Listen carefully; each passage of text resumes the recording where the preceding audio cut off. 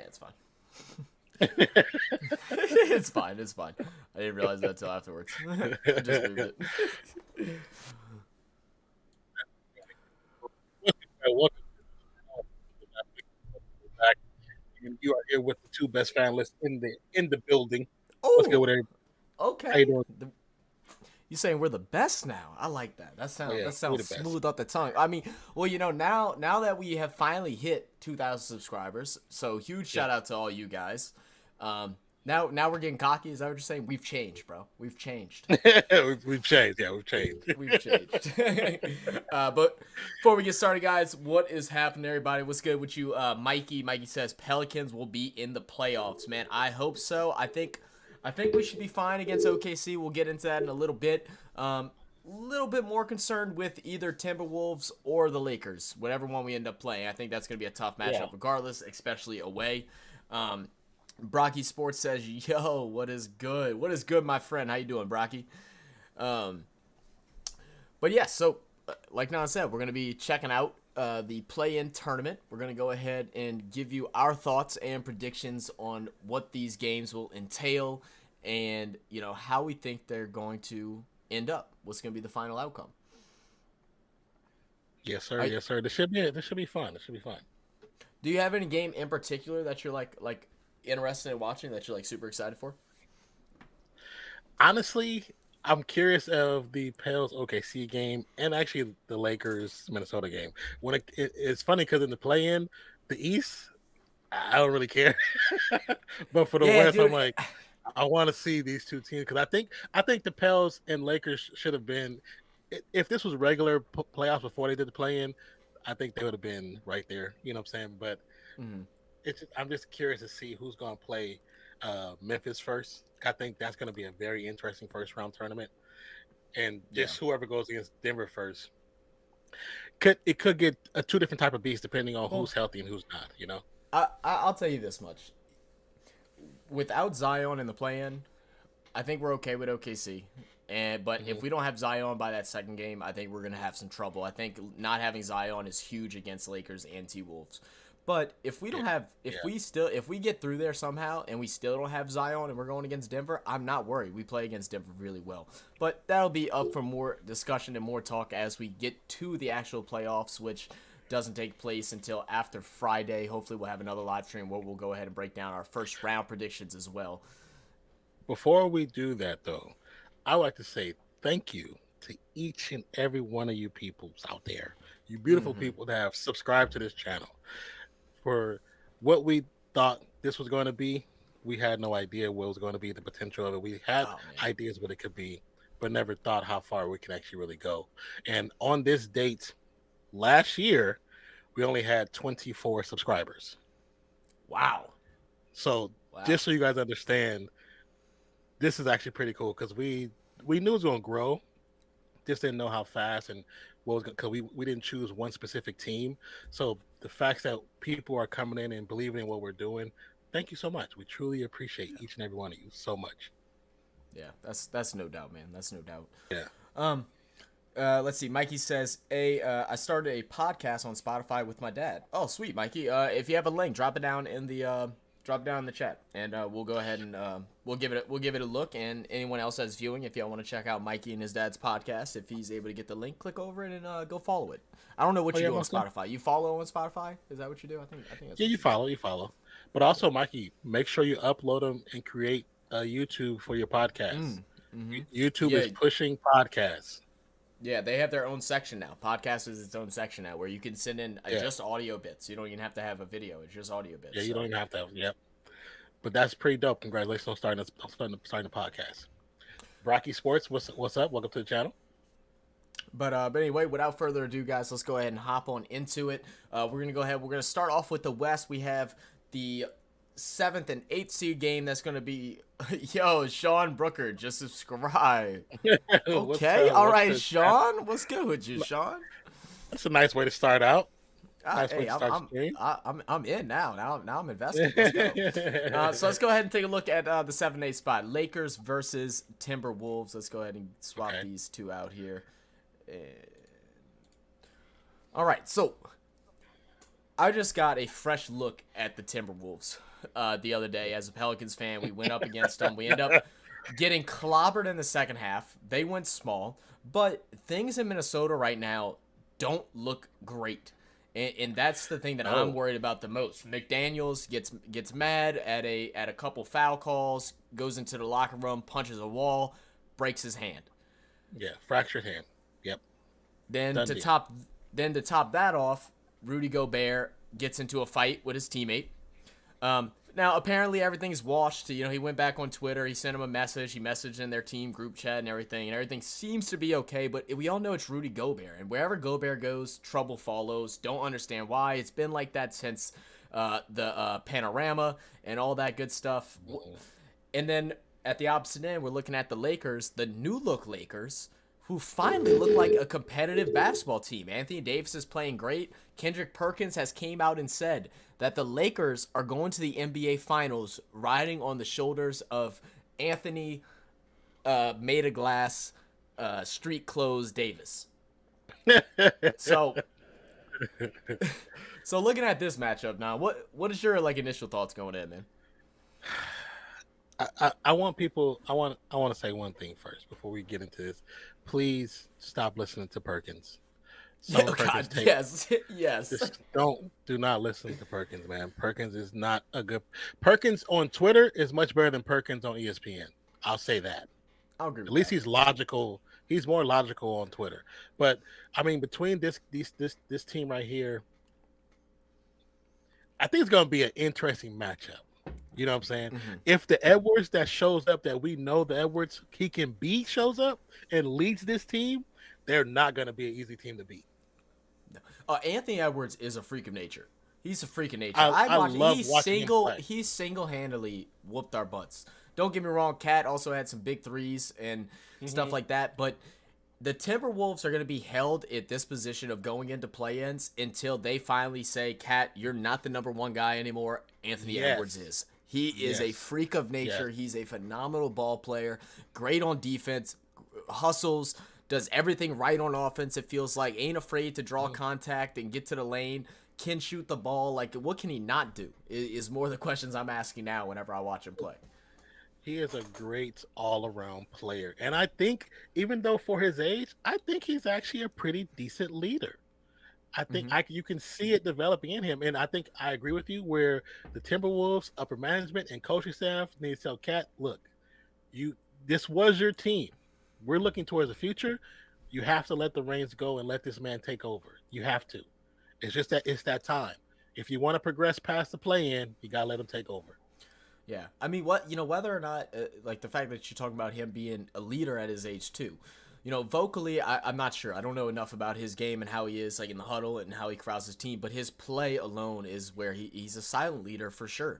Because he's single-handedly, with all the problems that went down at the yesterday's game, and for him to crowd the team like he did and get everybody back on board and just whatever, we'll play small. Cat was in foul trouble early, and he's like, we're still going to win this game. We're going to dominate, and that's what he did.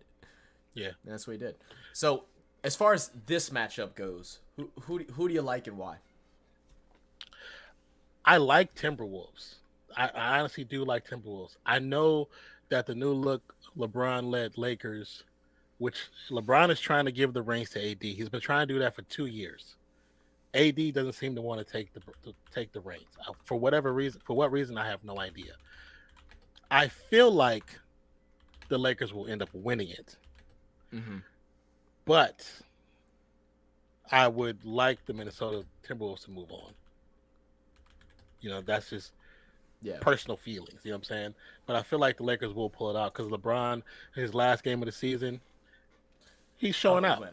He showed out 36, 6-6. I think is what he went last game.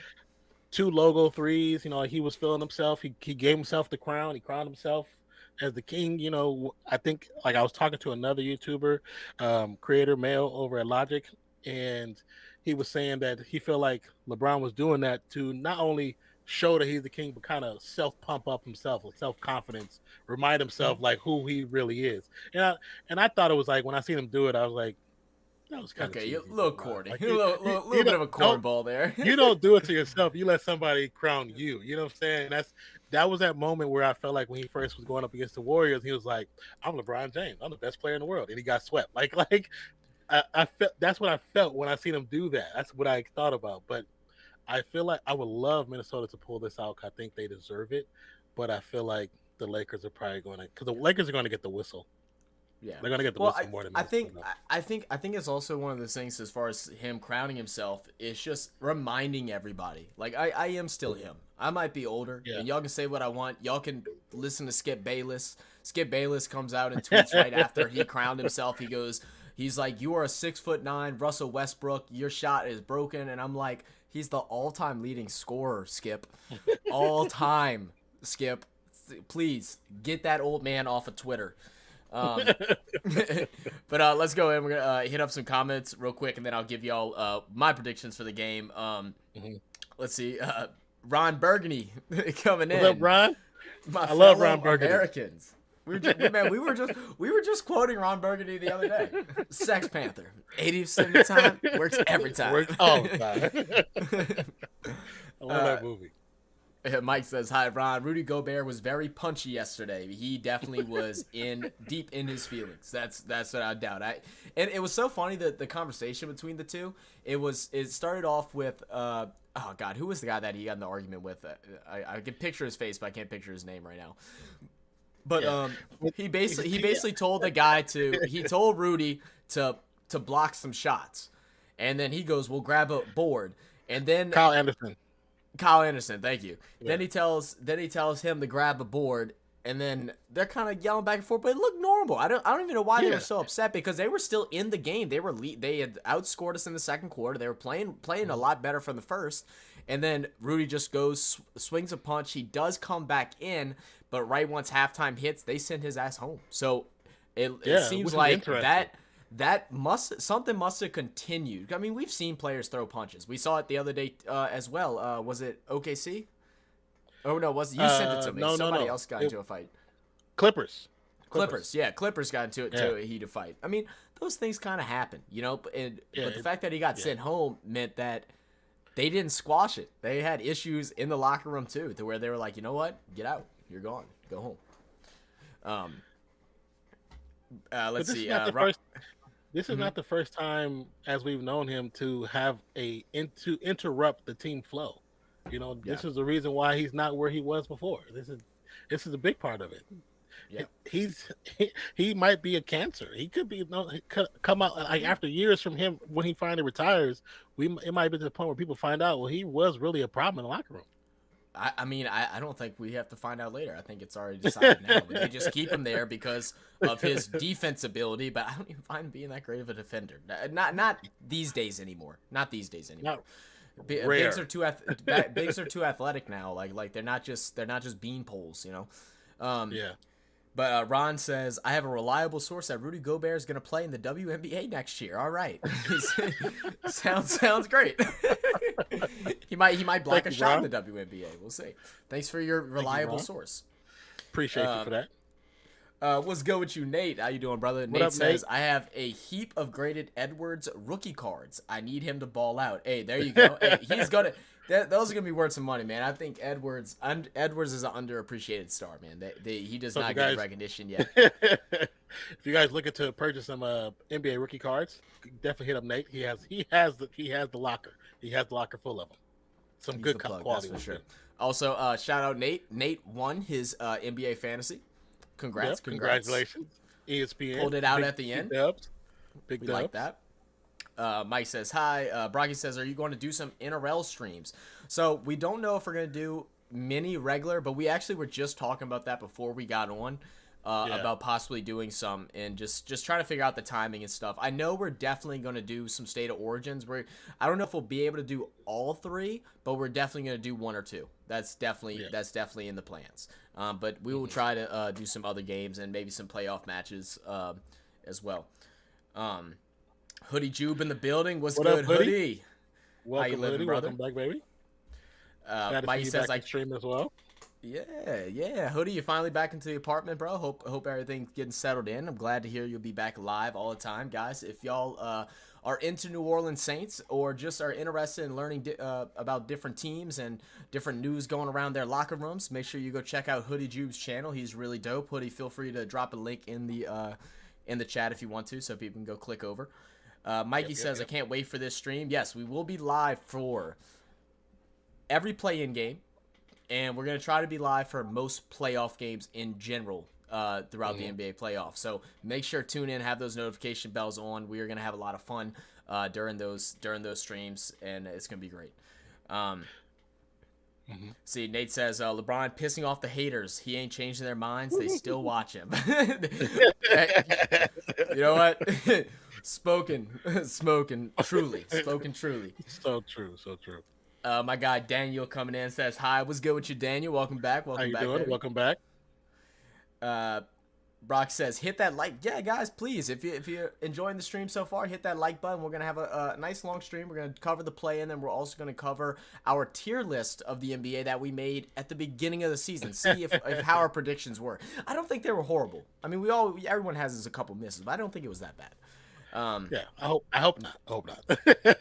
Brian says, what do you guys think about the New Orleans Pelicans in the playoffs? We will get to that, Brian. We're going to have the Pelicans up next after this one. Pelicans will upset Denver in 6. Interesting. I mean, I kind of agree with you if we can get there. Nate says, I have a Sex Panther in my cologne collection. I mixed some cheaper stuff together. It is interesting. That's too funny. It's kind of pungent. Daniel says, WTF you mean? What you talking about, Daniel? Oh, you're talking from Nate. I'm not sure what Nate's talking about either with the subscribe thing. I'm not sure either. I didn't see the message. It didn't pop up for me. Mike says, when is the stream? When is the stream for what? For what, Mikey? Pels beating the Nuggets, 2K23. Mikey, the Saints fan for life. Who dat? All right, kind of getting through here. And I see Dima Prince in the building. Hello from Guyana. Welcome. Welcome. Yeah. Appreciate you for being here. Much love. They covering all 4 games. Yes, that we are. Yes. And then Declan's in the building. What's good with you, Deck? How you living? What up, Deck? Welcome back, my brother. Let's see. So tomorrow is Tuesday the 11th, and the first game starts at 6:30 p.m. It's Atlanta at Miami, and the second game is Minnesota at Los Angeles at 9 p.m. So we should be able to take care of both of those games tomorrow. Yes. Nate, you might not have been here. Daniel is from Carlos's stream, right? I believe Daniel. Yes. Yeah. Daniel's cool. He's not promoting himself. I don't think. Nate. Daniel's cool people. He came in. He'd like to eventually be a mod if we ever need some more. So, everything should be fine with that. And then also Ron. Sorry, not Ron Burgundy, but Ron Jeremy in the building. What's up, Ron? How's your acting been going? Hope the business been treating you well. You say YouTube isn't blocking it for me. Oh, you know what? It might just be a blocked word, Daniel.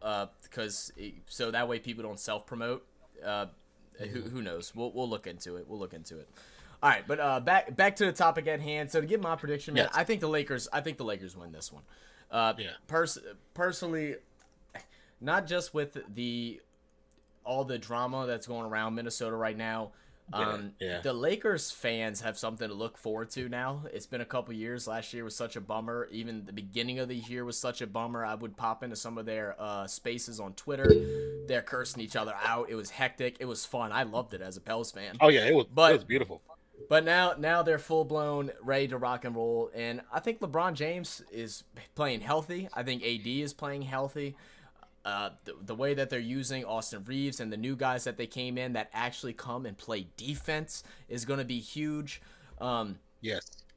I think the Lakers, man. I think the Lakers could possibly win this one a little handily. I could see this being a 8-10 point win. I don't know if it'll be. I definitely can see them winning. I just would prefer to win. I understand that.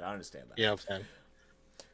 But move on from this game. We'll go ahead and chop it up about the other Western, the 9 and 10th seed, New Orleans Pelicans versus the OKC Thunder, with the great young buck Shai Gilgeous-Alexander. Dude, what a come up for this kid.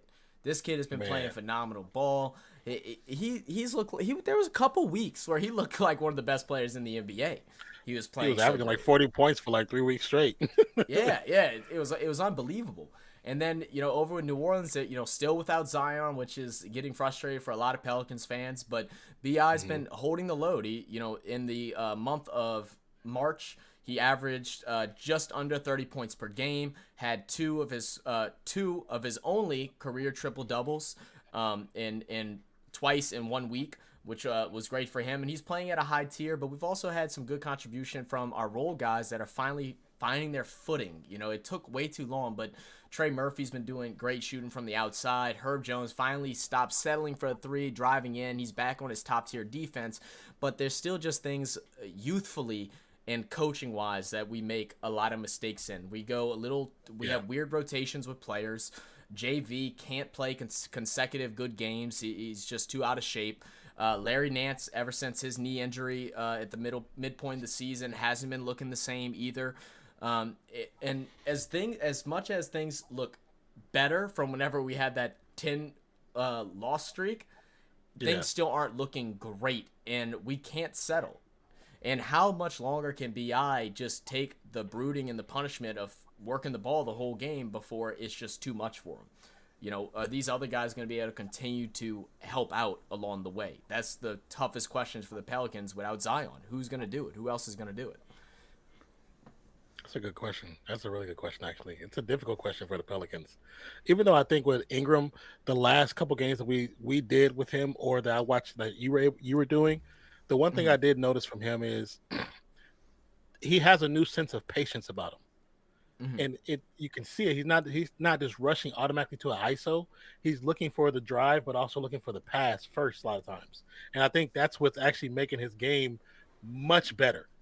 Because before Mm-hmm. he was just so quick to go to try to get to the hoop, and he was getting stopped. And when he was getting stopped, he was getting so frustrated he was throwing the game away, literally throwing the game Yeah, away. because he would just keep going. If he got stopped, he would just Yeah, keep going. And we actually saw that with the Wolves the other day as well. He got yeah. stopped a couple times at the rim, and instead of just reevaluating, he just did it again. And like he would score or get a foul, but it's like you don't need to do that. You don't have to force a bucket. Let the buckets come to you. Work the ball around, and get in your shot. Because one thing that And they have figured out is they've been double teaming him at that little elbow spot that he loves so much, trapping yeah, him, not allowing him to get baseline to do his little fadeaway, and that's has took him out of his game. And that's where he needed his other role players to come in and put up points. I think that's where McCollum needs to pull him to the side and be like, look, this is your team right now. This is Mm-hmm. your team. We're following you, but if you're going to run to a wall, we all can't run to a wall right behind you because that makes no sense. Mm-hmm. Just slow down. We are better than this team. I mean, Thunder is a great young team. I really like Mm-hmm. the Thunder. Oh, without a Never thought doubt. I would say that since KD and them left there, but I really like the Thunder. Their time is not right now, though. It's the Pels' time. This is their time to actually shine. Yeah. This is the Well, time. Even without Zion, they can beat this team. the fact that the Pels are back in the same spot they were last year, um, sitting at the ninth seed, and a lot of people are very bummed about it, and so am I. I felt like we Yeah, we yeah, lost too many games that we just should have easily won, like against Houston and against Orlando, in games like that we just shouldn't lose. There's no reason to, but we did. But the thing is, we went from a below 500 team, well below, snuck into the play-in, probably didn't deserve to be there. Even though we're still in the same spot standing wise, we're above yeah. 500 for the first time since AD, and we're playing better ball. We're still dealing with injuries. That's something that I don't know how to fix. I don't know what's going to fix it, but the team is improving. There just has to be like tweaks from the coaching staff, from the general management, bringing in better shooters, bringing in a true point guard, and just A different things true like point that. guard. Yeah, Yeah, that's truly what we need. a A true true point guard. point guard. I think Like that's the key, if we really. could have Lonzo, or if we still had Drew Holiday on the team, this is a lock fourth. Even without Zion, it's a lock fourth seed. Yeah, I just think it is. And then, like you said, with the Thunder, man, young up and coming team playing great ball right now. And they're still without their first round pick in Chet Holmgren, who got hurt during summer league. He's finally That's been right. getting some That's right. buckets up. So there's a lot of potential in their future and getting over the hump. Mm-hmm. The biggest thing is they're going to need some veteran leadership at some point, and it's just when are they going to, throw out the bag and spend a little bit of money and go grab a veteran that wants to come and help guide these young folks, because you got to do it soon, because eventually all these young cats that are playing well are going to be due for contracts and they're going to Yeah. want a bag. And so they Yeah. have to make that move, and I hope they will make a move during the offseason. I don't think they win this game. The Thunder did lose 2 out of 3 to the Pelicans handily. They won the last game, which was during our stretch of 10 losses. But I think Pelicans have to win one at home. I think that home court advantage is going to be a big factor for this game. Yeah. I definitely can see. I could definitely see the Pels pulling this one out. To be honest. And like I said, I do like Oklahoma City Thunder. I don't know what it is. Like I like Shea, but like Josh Giddey is like my favorite player on that team. It's just something about him. I don't know what it is. It's something about him. He's smooth, bro. He's smooth. He just cool as hell. You know what I'm saying? Like I just like him. I like his game. I like his attitude as he approached the game. I think he's going to be a really good player in the future. They do need a little bit more leadership. They need a vet to evolve them. Yeah. That's the biggest thing. He needs someone to help show him on how to evolve. And but get that's better. the problem with OKC. It's OKC. Not too many veteran players want to go there. Yeah. It's the market size. I know that everybody goes to that, but it's part of the problem. Yeah. That's why all the big names have left from there to make bigger names somewhere else, or attempted to. I feel you. All right, let's see. Go back to a couple of comments here. Let's see. Yeah, we've had a few drop. So Mikey said 76ers are overrated.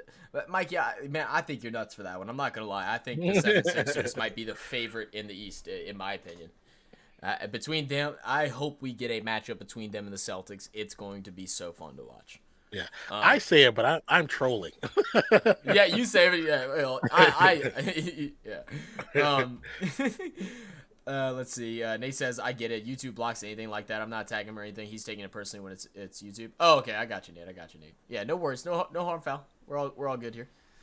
I didn't know, because I didn't even see it. I don't know why comments that get blocked aren't showing up in our studio room for whatever reason. Normally they do, but the last like 3 or 4 streams, we just haven't been seeing them. Only the moderators are seeing them, which makes no sense. But yeah, I only have like certain profanity words and certain derogatory terms that are blocked. So that's just YouTube words. Yeah, it has to be YouTube words. Yeah. I don't know. Brian says Philadelphia 76ers fan and a New Orleans Pelicans fan. All right, cool, Brian, cool. That's an interesting mix. Definitely interesting mix. Nate says a fan of 2 teams isn't a true fan of any team. Okay. All right. A little debate going on in the chat. All right. Deck said he's Nate doing got a good. troll. Oh wait, Glad you're doing good, Nate's got to. Nate says I'd be so frustrated as a Pels fan. It's beyond a joke now.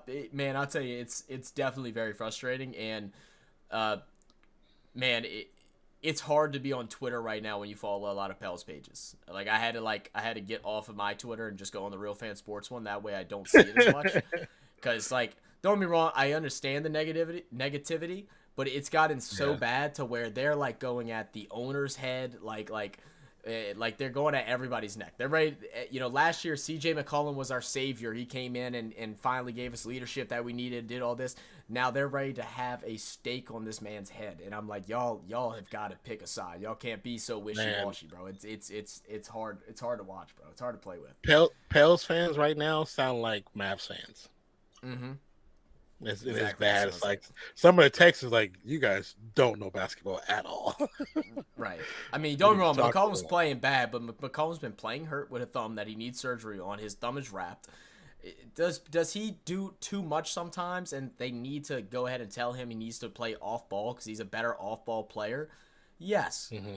But come on, guys. Danny said, and if someone has mod on a channel, YouTube doesn't block crap. If you're a mod on a channel, if someone has mod on a channel, YouTube doesn't block crap. If you're a mod on a channel, FYI. Yeah, they do. You can set it Yeah. up to where they can, Daniel, because we have certain things that automatically block stuff, and YouTube has certain Hmm. words that are most time automatically censored because we do have our thing on hold potentially inappropriate comments. So Yeah. it does automatically block some things. It does And automatically block some also, things. YouTube, the last month and a half has been making a lot of mod changes too. So Yeah, it could have been updated that could just be the recently. problems. That could be part of the They've been, problems. they've Yeah. been making a lot of updates lately.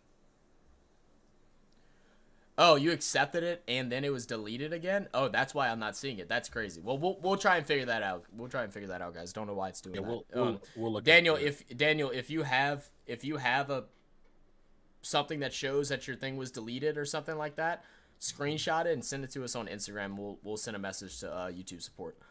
Yeah, Brian says, if the Pelicans win this game and win another game and make the playoffs, does Zion Williamson come back in the playoffs? I think he has to. Nobody knows. I think he has I to think too. I think he I think could he come has back to. now. I think he can come back now. The organization is I not thought letting they him were play. holding him. They, Yeah, dude, yeah, the organization has came out and said that he's not. They have a so they at the beginning of the season they do testing, right? I guess like jump yeah, speed, flexibility, and stuff like that. They're not yeah. letting him play until he reaches those marks again, which is insane. He's not going to be as flexible. He hasn't played in forever. He's not going to have these certain things. People play injured. We got to stop. Our organization does need to stop Baby and Zion because he's came out and said that he wanted to play, whether that's the truth or if the Pels are just trying to make him look good. But he has came out and said he wants to play. Let the man play. If he gets hurt, that's on him. Players play hurt. He's getting paid millions of dollars. He might have to play a little banged up. You know what I mean? I mean, also too, he has to. Now that he's been hurt multiple times, he needs to learn how to take care of his body properly, so he doesn't go through those same issues. Right. You know, I know you can't prevent it totally, but you can do the best you can. But Let's see. he should play. Yeah, Mikey says Zion will not return. He might not, but I think he is. I think he is, but we'll see. We'll see. Deck said, "How are y'all doing?" Hey, we're doing just fine, Deck. Living life. Doing great. Uneducated was cracking, sir. Thank you, brother. Oh, what's good? Hey, what's good, my friend? Yeah, I'm big sorry, I was 2K, at the bro. bottom. Appreciate that. Appreciate that, man. Uh, Yeah. oh yeah, now it's the race. It's the race to 3,000, Carlos. Hey, look, by this time next year, both of our channels 10,000+, easy. We grinding Man, and hustling, easy. guys. Let's Y'all, get it. I'm telling y'all want a great sports channel to go subscribe to. Please, please go check out Uneducated Sports Talk. Go check out Yes. Carlos. Go hit it up with him. Whenever I'm working or doing something, I have his streams up in the background nonstop because he just makes it entertaining. He's one of those guys that you could have the game playing on the TV, but you mute the sound and you just listen to him. That's how great his broadcasting is. It's so much fun and entertaining to watch. Very much so. PJ is amazing. Yeah, true. Nate says, if Chet wins Rookie of the Year, can all the stupid jokes about Ben Simmons be moved over to Chet? It's so old and overdone, and never Blake Griffin. Oh, you're talking about since he didn't play his rookie year? I don't know, dude. I don't know, man. I don't know.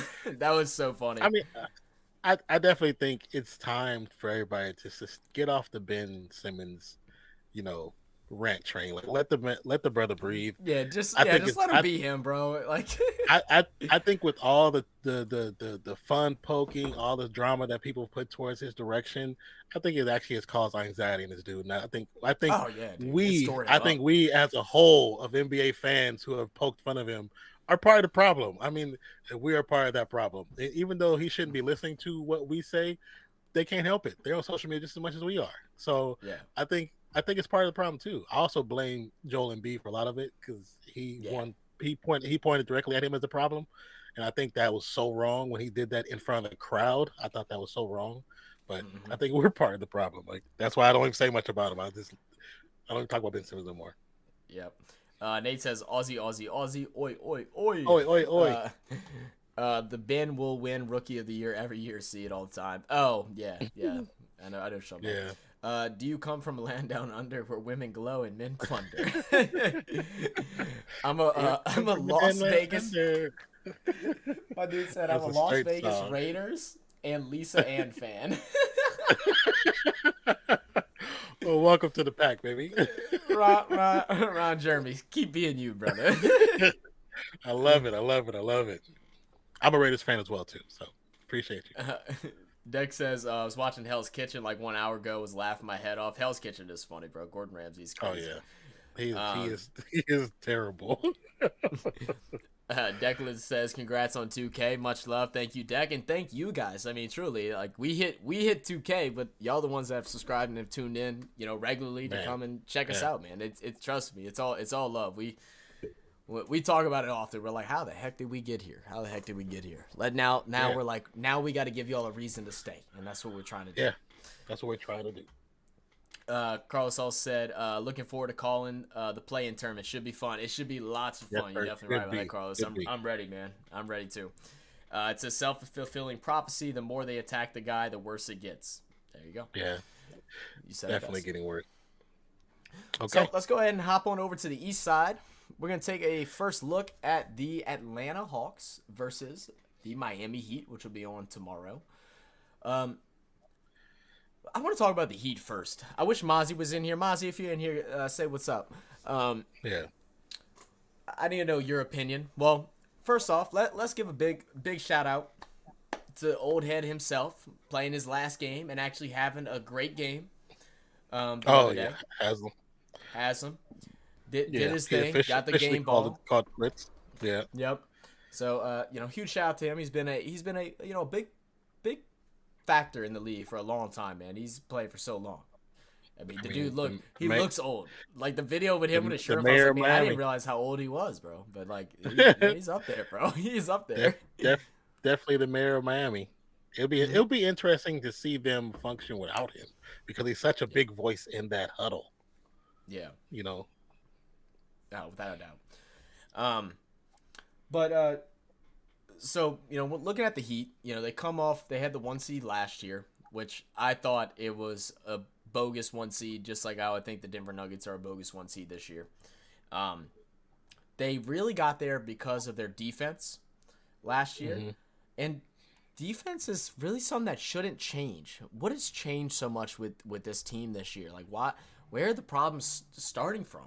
I'm still going to say that they start from paying old white boy too much damn money. I'm still going to ride that train. I mean, for him to be like a not even a big six man. I mean, he's 6 man. He got way too much money. I think the team, the mentality of the team overall has changed. Like I said, we talked about how we really didn't see too much of them this season. Because they just weren't all on TNT or ESPN. Not at all. And how rare is that they didn't have a whole lot of games? I know we didn't cover all the TNT games, but we never saw a game with Miami versus somebody that we're like, oh, let's check this out. Like it just never happened. It never happened. There is no hype with Trae Young and the Hawks. Even after the trade came over from San Antonio in the beginning of the season, we were like, okay, we could see the potential of this team because of how good them two separately were. We thought together could be a whole new monster. Yeah, they were regular. They were like a really, really mid anime. It was mid to hell. Like, what was the point? Like we hyped it up so much. It was like, yeah, this. Well, dude, I could have skipped to the back of the book and just read the credits. Just read the credits, yeah. It was like you read the back end, the cover of the book, just to get the dialogue. What's gonna happen? The synopsis of the book. Yeah. Like, oh, this sounds great. You flip open to the second page, and it's all hell. But the thing with DeJounte Murray is, first off, Coach Popovich is still the smartest coach out there. My dude, Coach Pop, came out and allowed, didn't resign, sent DeJounte Murray over there, and he said it because he wanted to give him a chance to succeed because he knew their team wasn't going to go far. Right? That was his words. Man, Coach Pop is such a genius. He knew what he was doing. He was sending him over there so he can get Wembanyama. We know what you were doing, bro. He was part of the sweepstakes. We just couldn't believe it at first. but also he was so smart because he knew he was getting rid of a small problem in the locker room. Mm-hmm. And that became apparent right away. Yeah, it became apparent right away. His the ego foolishness during was summer so league, big all of a during the sudden. pickup games, throwing the ball off people's heads and just rubbing people like why? Why does everybody want to be the villain, bro? Is this the Memphis Grizzlies Ja Morant trend? Like is that what's going on? Everybody wants to be the villain nowadays? It's the one thing uh, I say about Trey Young. Trey Young likes to be the villain so much where I'm like, you're missing the bigger picture. It's what when LeBron went to Miami and LeBron said he took over the role of the villain. He can't be the villain. It's not really no. him. We can pin him as the villain, but him taking on that role, it's not him. It's Right. not him at all. Trey Young, you're doing too much. If this was high school, okay, that's cute. That's all purple and stuff. But right now, this is the pros. Oh You're boy, not the says all villain, bro. potpourri. He Yeah, said it's all like potpourri. you're not the villain. Like stop trying to be the villain. This be you. It's like Julian Newman. He reminds me of a professional Julian Newman at some point. It's like, Okay, dude, I stop see trying that. to be the villain and just play basketball. You have the skill, you have the talent. Your second year in the league, your head was so big. You said you're going to overtake Steph by the fourth year and win a title. What happened? What happened to that focus? Play-ins is what happened. He consecutively has gotten into play-ins consecutively, and I thought the addition of Capella and Dejounte was going to be great. I didn't think it was going to be like top seed type thing because the East is the top tiers of the East with the Bucks, the 76ers, the Celtics. Like it's hard to beat those guys. But I saw them floating between the fourth and sixth. The fact that they're down to I believe they're at the ninth is underwhelming for them. I mean, you're talking about Trey Young, who right now is averaging a double double. He's averaging, I think it was 26.4. I can pull up the exact. He's averaging like 26.4 points per game. Let me go ahead and grab it so I can give you all the straight facts here. Of course, my internet wants to be slow as soon as I want to do something. It's fine. It's fine. Just give me a second, guys. He's 26.2 points per game, And 11 86 point for free something. throw. He's got 11 point something assists as well. I think he's close to leading the league in assists. 10.2 for 10.2. average. He's second right now. Right. Currently second. Yeah. And then you got Capella, who is in the top echelons of rebounds per game as well. On paper and looking at stats, they look like they should be a highly competitive team, but they're just not. They're just not. On paper. On paper. What's your thoughts on this game, man? Who do you have winning it? Do you think Haslam's going to go ahead and get a final true playoff run, or will he go home early? If Miami does not win this game, this is an embarrassment. That's how I look at it. Miami Heat should win this game. It shouldn't even be. It's going to be a competition because they do have Trey, and Trey can shoot from anywhere, almost anywhere. Yeah. Butler needs to take over this game and win it like he's supposed to. Miami should win this game. Atlanta should not win this game. Yeah, if they can focus on just field goal percentage, not forcing big buckets, let Tyler Hero shoot his three when he needs to, but Jimmy working his mid range, working the ball down low. The matchup between Adebayo and Capella is going to be a great one. It's going to be fun to watch. They both are having great seasons. I'm a big fan of Adebayo. I think he's a really talented player.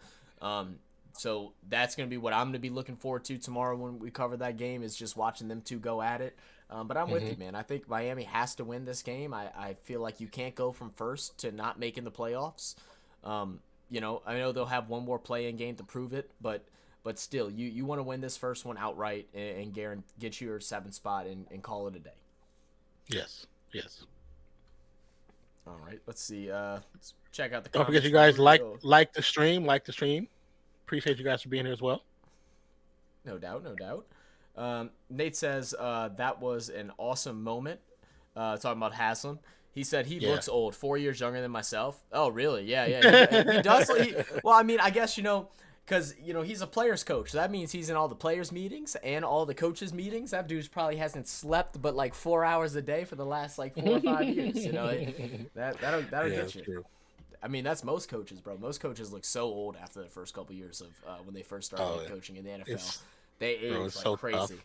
It's the It's so same. tough. It's the same effect of like presidents. If you look at any president from their when they first get indicted, or is that the right word? Or first He get put said in, indicted. indicted. I said indicted. Damn Trump. Um, inaugurated. Is that what it is? Yeah, Inaugurated. yeah, inaugurated. Inaugurated.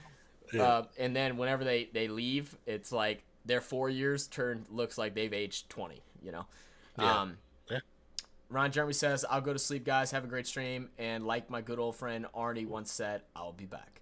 Yo, hey, much love, Ron Jeremy. Thanks for popping in, brother. Hope to Appreciate see you you. tomorrow for the games. Nate said, "Embiid is the bad guy in the NBA. Hated outside of Philly. Guys, a jerk." And I can see that, but Embiid, he's played that role his whole time, and he can play it. It doesn't seem forced. Embiid is he's a troll and he's a bad guy. But he's also slightly dirty when he plays, so it makes sense. Yeah. Trey doesn't play dirty, and you're trying to be something they're not, because when you make that long three and then you bow to the crowd and you're trying to be this, it's not you. Stop it. Yeah. Just stop it. Stop. Save that for All-Star game. Save for All-Star game. Well, I mean, the thing is imagine if Steph did the night and all that stuff and the no look threes since his first 3 or 4 years. Everybody would hate Steph. People hate Steph now because he's so good. Trey, that could have been you. You could have been hated because you're so good, not because you're trying to make people mad. You're in the NBA. Yeah. Everybody in the NBA is good at basketball, all right? You're not the high school guy that can put up 50, 60 points on kids that are just worried about their algebra text the next morning. You know, like, you're not that guy, pal. You're not that guy. Nate says, and the Morris brothers as well. Oh yeah, bro. Those two guys, they're definitely dirtbags. Like they're definitely dirty. Definitely dirty. All right, last game. Ooh, that's the wrong image. We're gonna have Bulls versus Raptors. Dude, okay. First, I know I said it like while we was creating these images. Why is every team that's playing in the East against each other have the same colorway? Like they do this shit on purpose. Like I'm confused. They're trying to sell us something. I'm not sure what, but they're trying to sell us something. They're trying to sell us on the color red. They're trying to sell us on the color red, I think. Man.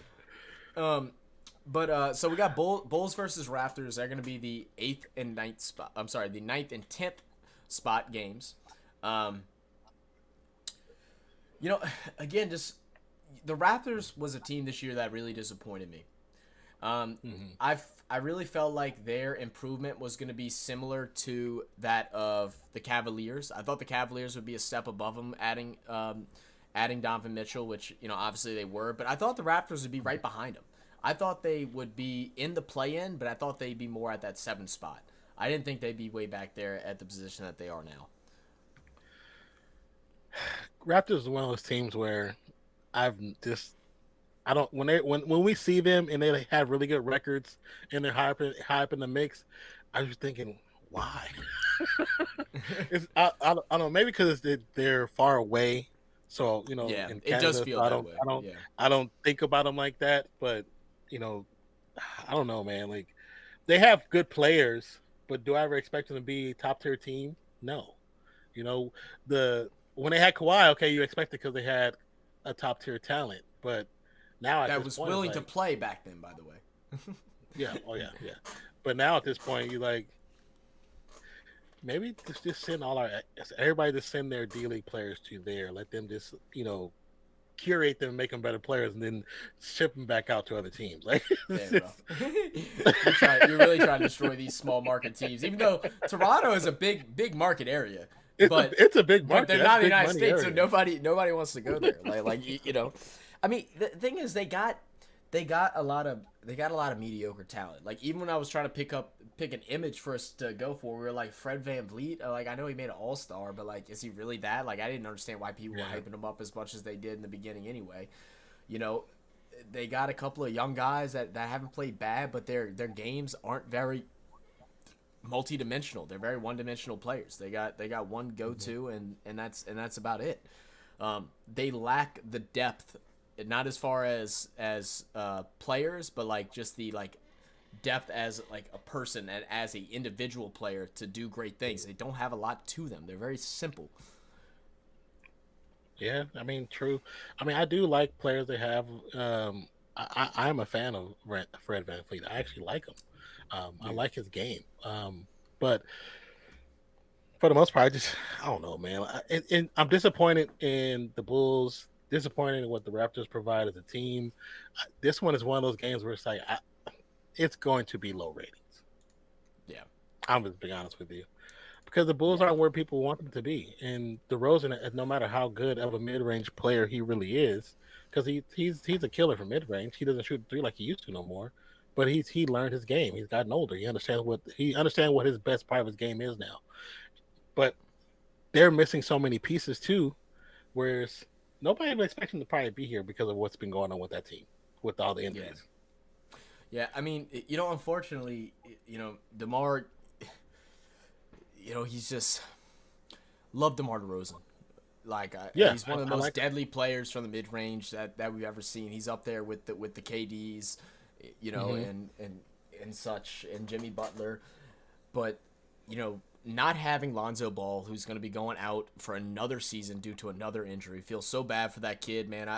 I It really sucks, man. enjoyed watching his game improve when he played with the Pelicans. He was actually a player Mm-hmm. that I really was upset that we let go, because he Mm-hmm. was getting continuous improvement each year, and you'd like to see that. And he was working hard, and now this surgery just can't go right. Things aren't getting fixed properly. I don't know if it's the surgeon's fault. Sometimes it's just the body, and that's just how it happens, Yeah, and true. unfortunate for him, he's getting screwed over, and he's wasting some of the probably the best years of basketball in his life. Now there's no telling what's going to happen if he'll ever play another NBA game again. To be honest, he's Well, been out it, for going on 3 years, or it's it's going to so be 3 years. what I was telling you before is like I wonder if he's going to have that type of resurgence like a Grant Hill who was injured for consecutive years back to back to back, and when he came back, yes, his age was actually older, but his body was physically younger because he didn't put all those miles on his legs. So I'm like, will this happen for Alonzo as well? If he's able to actually come back and be at that level, he don't have to be at the same level he left at. But even then, it wasn't like he was a shifty player. So it's not like he No, has to do a no, lot of no. shiftiness. If he can still play the game at his regular level, he can still be a factor. It just will be after all of his main teammates are probably gone from that team. Right. I mean, Unfortunately. Lonzo is a true playmaker. He is a true point Mm-hmm. guard. He did Yeah, work on his shot, and his shot did improve a whole lot. He's no a longer doing that lot. weird like side thing anymore. Like his Yeah, shot looks good, or looked good the last that we've seen it. But yeah. his knowledge of the game is very very high tier. Very smart kid. Hmm. Uh, knows the court, understands whatever players he's playing with, and how to make them look good. And it's unfortunate. And I'm with you. I think this game is going to be very lackluster. I don't think anyone's going to be super excited for it. I don't know how many people would tune in. I mean, honestly, I don't know if I would tune in if it wasn't for that we're going to do a live stream for it. Like, I feel like Yeah. I'd get busy with something else. Unfortunately, this Bulls team just isn't where they thought they would be. I know they added Patrick Beverly, right? Is that who got Bev? I think it was. Is that where he ended up? I think it is where he. Yeah, he's. I think. Let me look at this Yeah, I made sure I'm not messing that up. I looked at because it earlier. he got flipped around so quick after the Lakers Yes, run. yes. So yes, I was like, so they where's have he Pat end up Bev. at? So it's Pat Bev, Alex Caruso, DeMar DeRozan, Zach LaVine, who is a shooter, is a good ball player as well, and he can take over at times. Nikola Mhm. Vucevic, you know, it's just something's wrong with him. It just nothing seems to pan out for this team. They haven't improved any since they've Is it tried to create their dynasty. They haven't improved. yeah, yeah. Is Rose is still there too, right? No, Where's no. he at now? Rose. I don't know where Dick Rose plays for. Last I know, he played for the Knicks.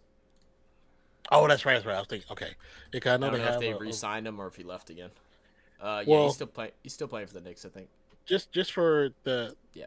the players that you named for Chicago collectively should be the reason why they should win this game.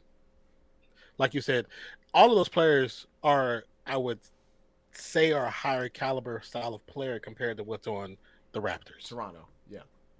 I mean, I know people talk bad about Siakam, but I think Siakam is actually a really good talent, and I think him I on like another Siakam. team. him on another team could be a really big headache for other people. I always wanted him for the Warriors. I wanted him to come to the Warriors, but I knew they wasn't going to pay that money for him because of his contract. But I I like him. I don't. He's not enough. Fred VanVleet is not enough to stop the Bulls if the Bulls play to their actual potential. Mm-hmm. So I'm hard felt to say the Bulls won't win this game. Now, as far as the aftermath of the play-in and where they will end up at, that's another question for the first round. I mean, they lose to both Atlanta and the Heat. Both of them do, unless they just pull off some crazy game. I truly think that. I mean, if we get some old school DeMar DeRozan, then it'll be interesting. He'll have to drop like 40. Butler. Yeah. A DeMar versus Butler could be fun to watch if they play in themselves, like really play their game. I could definitely see them both just going down and knocking back to back mid-range shots like it's nothing, and then one of them, DeMar, more than likely is going to knock down a big three or something like that, and everyone's going to go fucking crazy, you know. But I agree. I don't think the Raptors have enough talent there. Like you said, Siakam, I do like watching Siakam play. Scotty Barnes, a young buck, like I said, he just seems one-dimensional. A lot of teams were all after OG Anunoby. I always pronounce his last name wrong, but everybody, a lot of people were trying to go after him during before the trade deadline and stuff like that, and I just didn't quite understand why they were acting like this dude was hidden gold. Whenever I think he's just everyday average player that probably could be a good role player on a lot of teams. I don't know why. Yeah, I don't understand it personally. But looking at those two matchups and the matchups that we decided with Pelicans winning, we both think the Lakers are going to win. Non's hoping for Minnesota to take it. We both agree the Bulls should win, and then we're both feeling Miami. That Miami has to win that, right? Yeah. I feel like that's the one that I'm more confused with than anything because I don't know. I don't know what trade we're going to get. I don't know what Dejounte Murray we're going to get, but I feel like Miami should win this one. And it's a great rematch for Miami versus Boston. Like that just would be a great rematch. True. Very much so. Very much so. Very much so. And then if we would just go ahead and give our prediction for the next round. So over on the west side, it would be between, if our predictions are right for the 7th and 8th, it would be Timberwolves versus Pels, who just saw each other. Just quick thoughts. What do you think is going to happen in that game? You think it's going to be kind of the same thing as we just saw? Do you think it could be a little different? What's on your mind? I mean, Timberwolves with Pels for the winner one. It would because the Pels have beat them 2 out of 3. I would lean towards the Pels being the victor.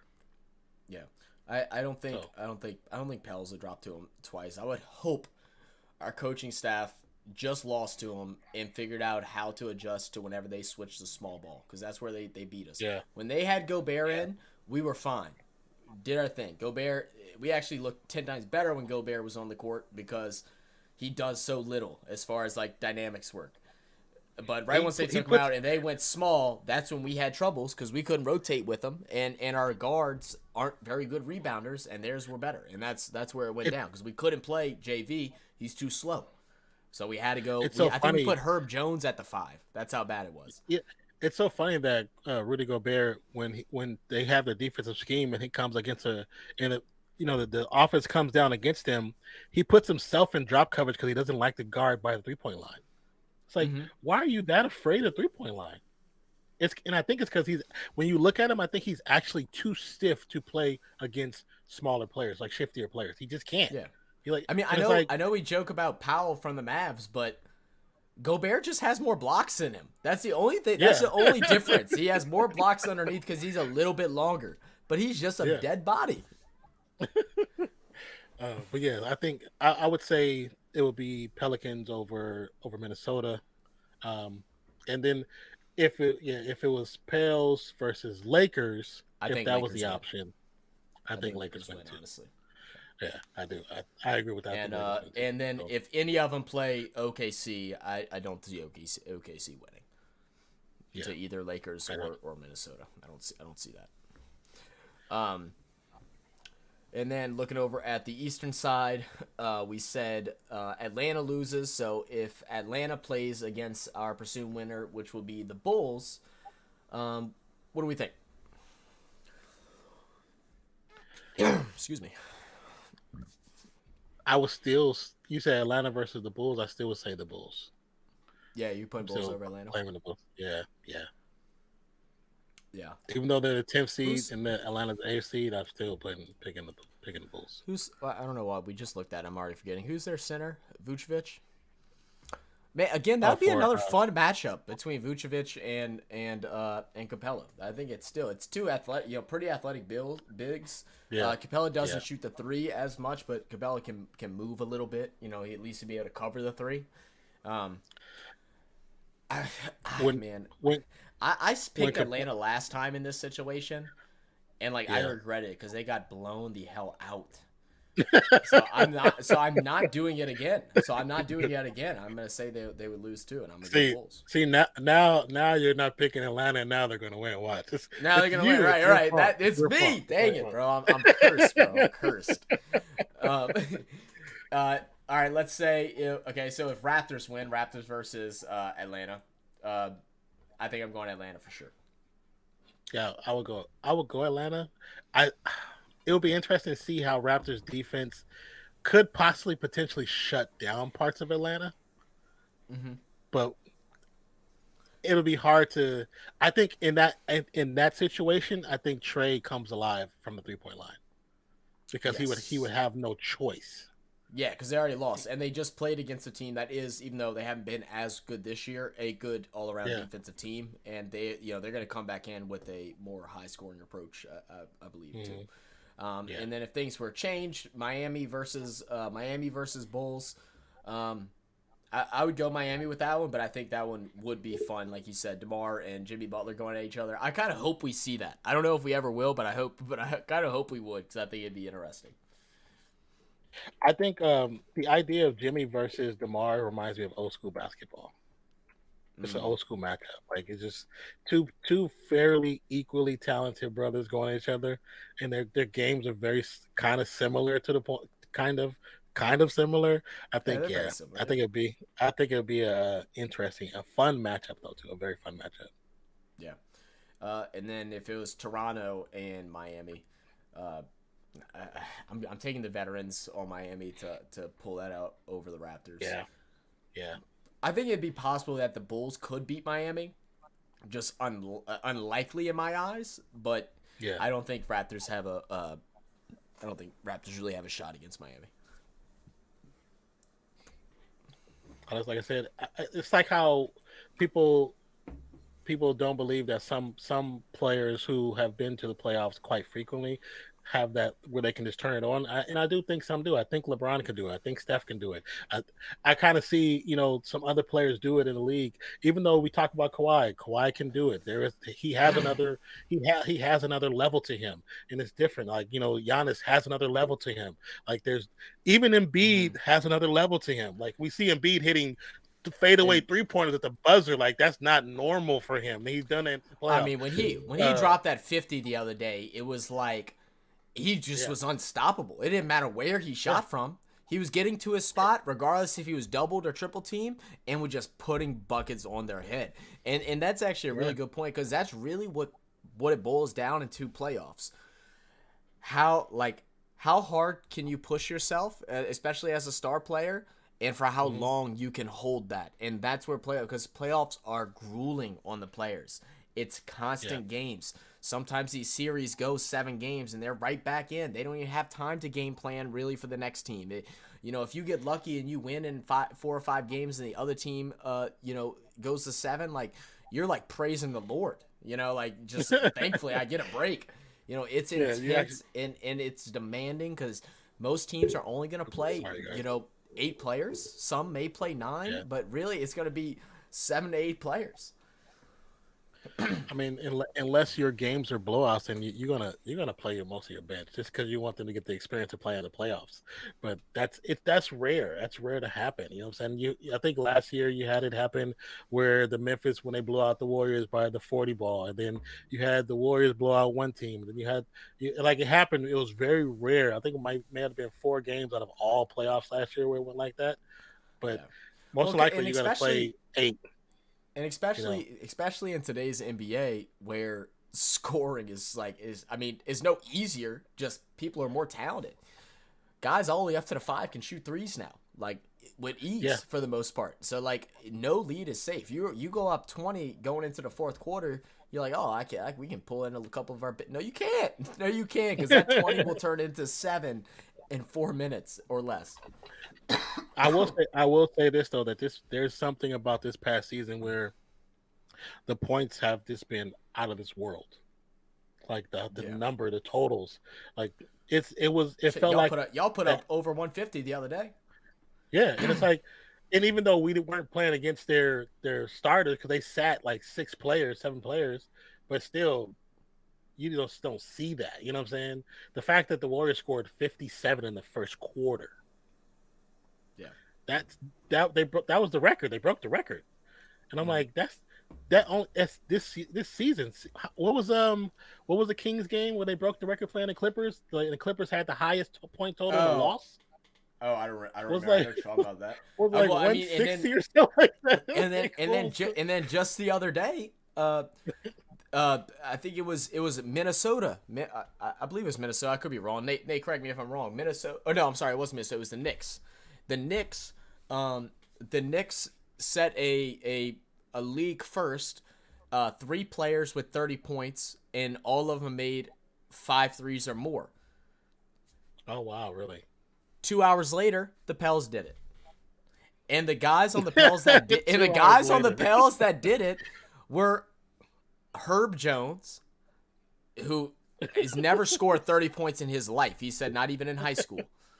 Herb Jones, CJ McCollum, and then Trey Murphy, who has been playing great. But like you're talking about like 2 guys that are just making a name for themselves in the league. One guy didn't have a name on offense at all. Like nobody was worried about Herb Jones. Herb knocked down like 2 straight, and they still weren't guarding him because they just don't look at him as a scorer. And he just kept knocking Yeah. him down, made him guard him. You know, and then on the Knicks side, the Knicks, it was a bunch of role players because they had a lot of their guys out. So anyone can score at a high tier in this league now.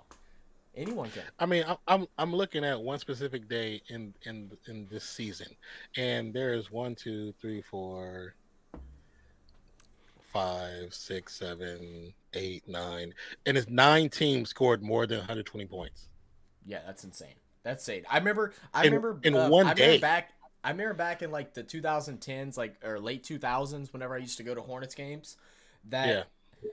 That you know how like different stadium stuff, they'll do a thing if if we throw this many, if we have this many assists, then everybody gets a free chicken Oh yeah. tender from whatever. Yeah. It used to be if we score over 100 points, everybody gets a free this. Yeah. Bro, Yeah. you'd have to be if you now what it is at least for the Pelicans organization, if we keep the opposing team under 60 points in the first half, then everybody gets a free chicken tender. Under 60, like that's crazy. It's crazy. And it's somebody else where if the opposing team misses 2 free throws because they know we do that you too. can't do the score totals no more because this for whatever I don't know what if this was baseball I would say the balls are juiced. You know what I'm saying? Right. Like that's They're what they say corking in the baseball bats, when bro. that's like there's something fishy. Like it's weird and like what changed? Did they make the rims bigger or like are we playing with women's balls? Like I don't know, bro. Something changed. Is this Looney Tunes, just bro? I think the Looney Tunes are just from involved. last season to this season, something changed where the scores are they're just ridiculous, and it's not like the time and the quarters have changed. I mean, there's still the same amount of time, same amount of timeouts. There's no 4-point shot, so it's like why is 140 starting to feel like an average score now? Yeah, why is 140 used to sound like the best game ever to watch Yeah, from a viewing experience? You're like, man, it's so and much. that's Now double 140 overtime. just feels like we don't start getting crazy impressed until like 150 is scored. Like 140 in regular time is like, oh, that was a really good game. Like before, Yeah. 110, 115 was like, damn, that was a good high scoring game. It's not like that no more. Man, You expect that. Like the overs are most of the time set like for the Pels game because we have a decent defense. Even though I think our rating is inflated. I don't think we're as good as defense as what they have us. But regardless of my opinion, most of the totals are like 224. I'm like, I yeah. play the overs every single time because 90% of the time we're going over 224. Yeah, it's a baseball reference, Nate. I know you know that. But it's okay. So I wonder, is it just that I know the quality of the quality of player has gotten better over time. I know that. The question of can players in the 2000s play in the 90s or the 70s? Yes, it's the quality of player is better. The ability of the player better. The handles of the player is better. The skill of the player is better. I'm an old school head, and I can see that. I can see that. Yeah. But there's just looking at this one score on March 29th. Bucks scored 149. But the Pacers also scored 136. And this is the Pacers. So in that The essence, Pacers, yeah. is it just that defense is not that good anymore, or just every player is just better? Well, I feel like the bigger question is at what point does the NBA as a whole look and say, okay, this isn't entertaining anymore. Like it's too much offense. Like, is there such a thing? Because they used to say offense sells tickets, defense wins championships. Now offense does both, and now it's almost like I'm tired of seeing guys shoot wide open threes. What needs to change? Do they enforce different rules? I mean, I think we both could agree they need to start enforcing the travel and or just say travel is now 3 steps and enforce that. If you don't want to, say it's 3 and enforce that. Yeah. Or whatever. Carrying the ball. Do they change something with that? Do they? One of the things that I think is the worst thing in the game is how the offense can draw Contact. is draw the right word? Yeah, draw contact with the defense, and then get the foul called on the defense and get to shoot free throws. Yeah. Like they're in the mini game versus the Pels. Their announcers were going crazy, and I agreed 100%. Even though Minnesota literally did the same exact thing like 2 plays later, and they were like, "Yeah, that's a foul." It was the same thing. But Brandon Ingram drove in on the left side, leaned his shoulder into the chest of the defender. Defender's hands are up. It was good defense. Brandon steps back off the bump, shoots a shot, makes a shot, and won. There was no unnecessary contact. There was no hands hitting the wrist. There was nothing. It was just a body in the way. He forced the contact and got the call. That needs to get taken completely out the game. If off it, I don't know if I'd say it should be a foul in the offense, but it shouldn't be a defensive foul. It should just be a play. Oh, it should not be a defensive foul because in that situation, what is a defender supposed to do then? Because now you're getting to the point with like what the NFL is doing, where a person on a defense, you literally cannot sack the quarterback unless you can't even really push him down to the ground now. Because if you push him down and something else happens, the ref's going to throw a flag. Now with basketball, I'm telling you, this did not start. And I know people say it because I'm a hater, but because it's LeBron's style of basketball. Yeah. When LeBron started doing that, when he started driving like that into players' chests, and he saw that they weren't calling it, the league had to adjust. And now they adjusted so much that everybody's doing it. It's not just LeBron doing it. It's not just bigger players. It's everyone.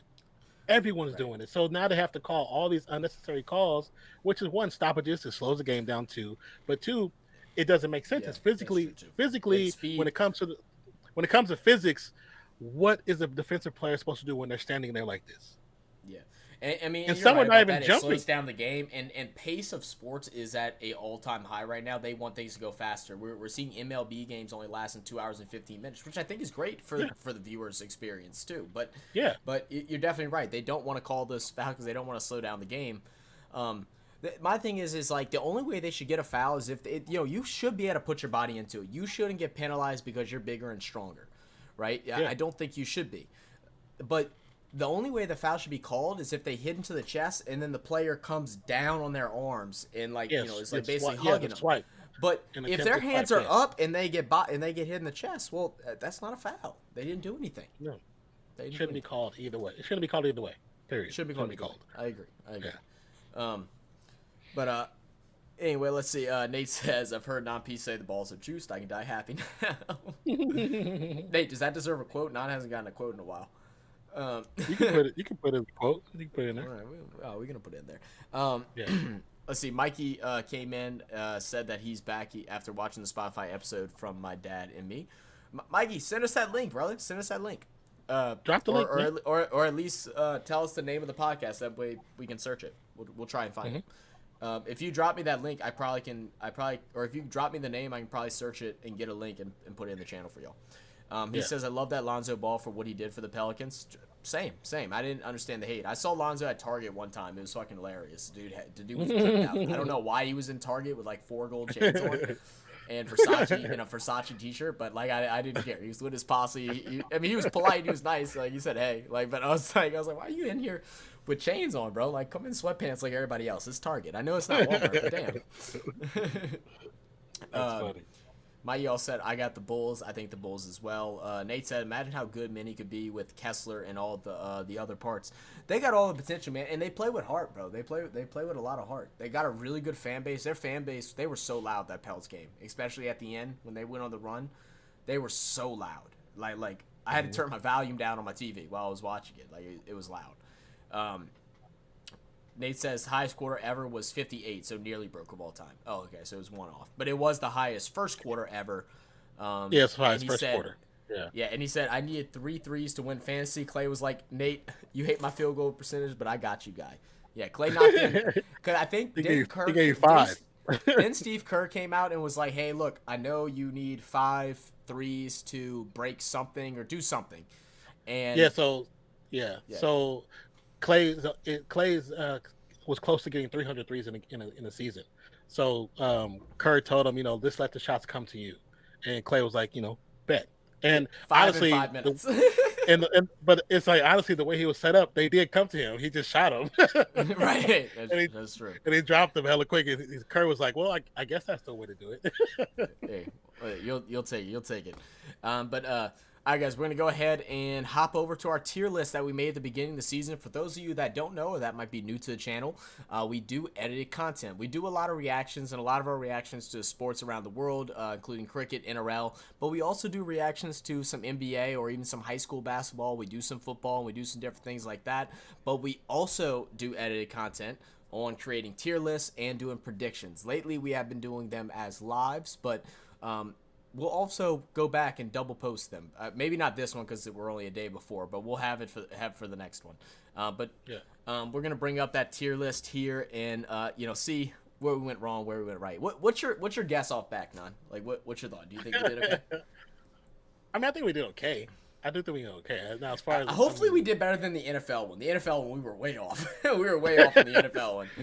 Oh yeah, a lot of teams definitely did not perform the way we thought they were.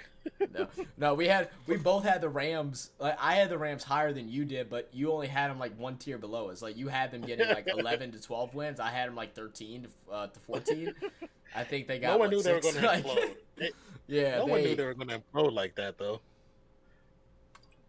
That's crazy. That is crazy. And also, if y'all are just turning in, make sure you hit that like button, guys. It really helps promote our channel and get us where we want to go. Even though we're done covering the play-in, we're going to go off of our tier list. We are going live for the play-ins game this week, so we'll be live for both games tomorrow. Both games on Wednesday, hopefully, it is the plan. And then we also have the 2 games on Friday as well, which, again, we're going to try and be live for every single one of them. If you have those notification bells turned on, and if you don't, click the bell. That way you know when we'll go live. We're going to cover as much basketball as we can during the playoffs. Last year, we did like 90 hours in like 2 weeks. All right, Man, we're planning on doing the exact same thing. Okay, like we're going to be running it up. And we're going to need y'all's motivation because there's definitely going to be some days we're going to be tired on this mug. Because Non has other content he has to do and late streams at like 3 a.m. for his personal channel. I got school and work. I have finals going on during this time, but we're gonna get through it and we're gonna have some fun while we're at it.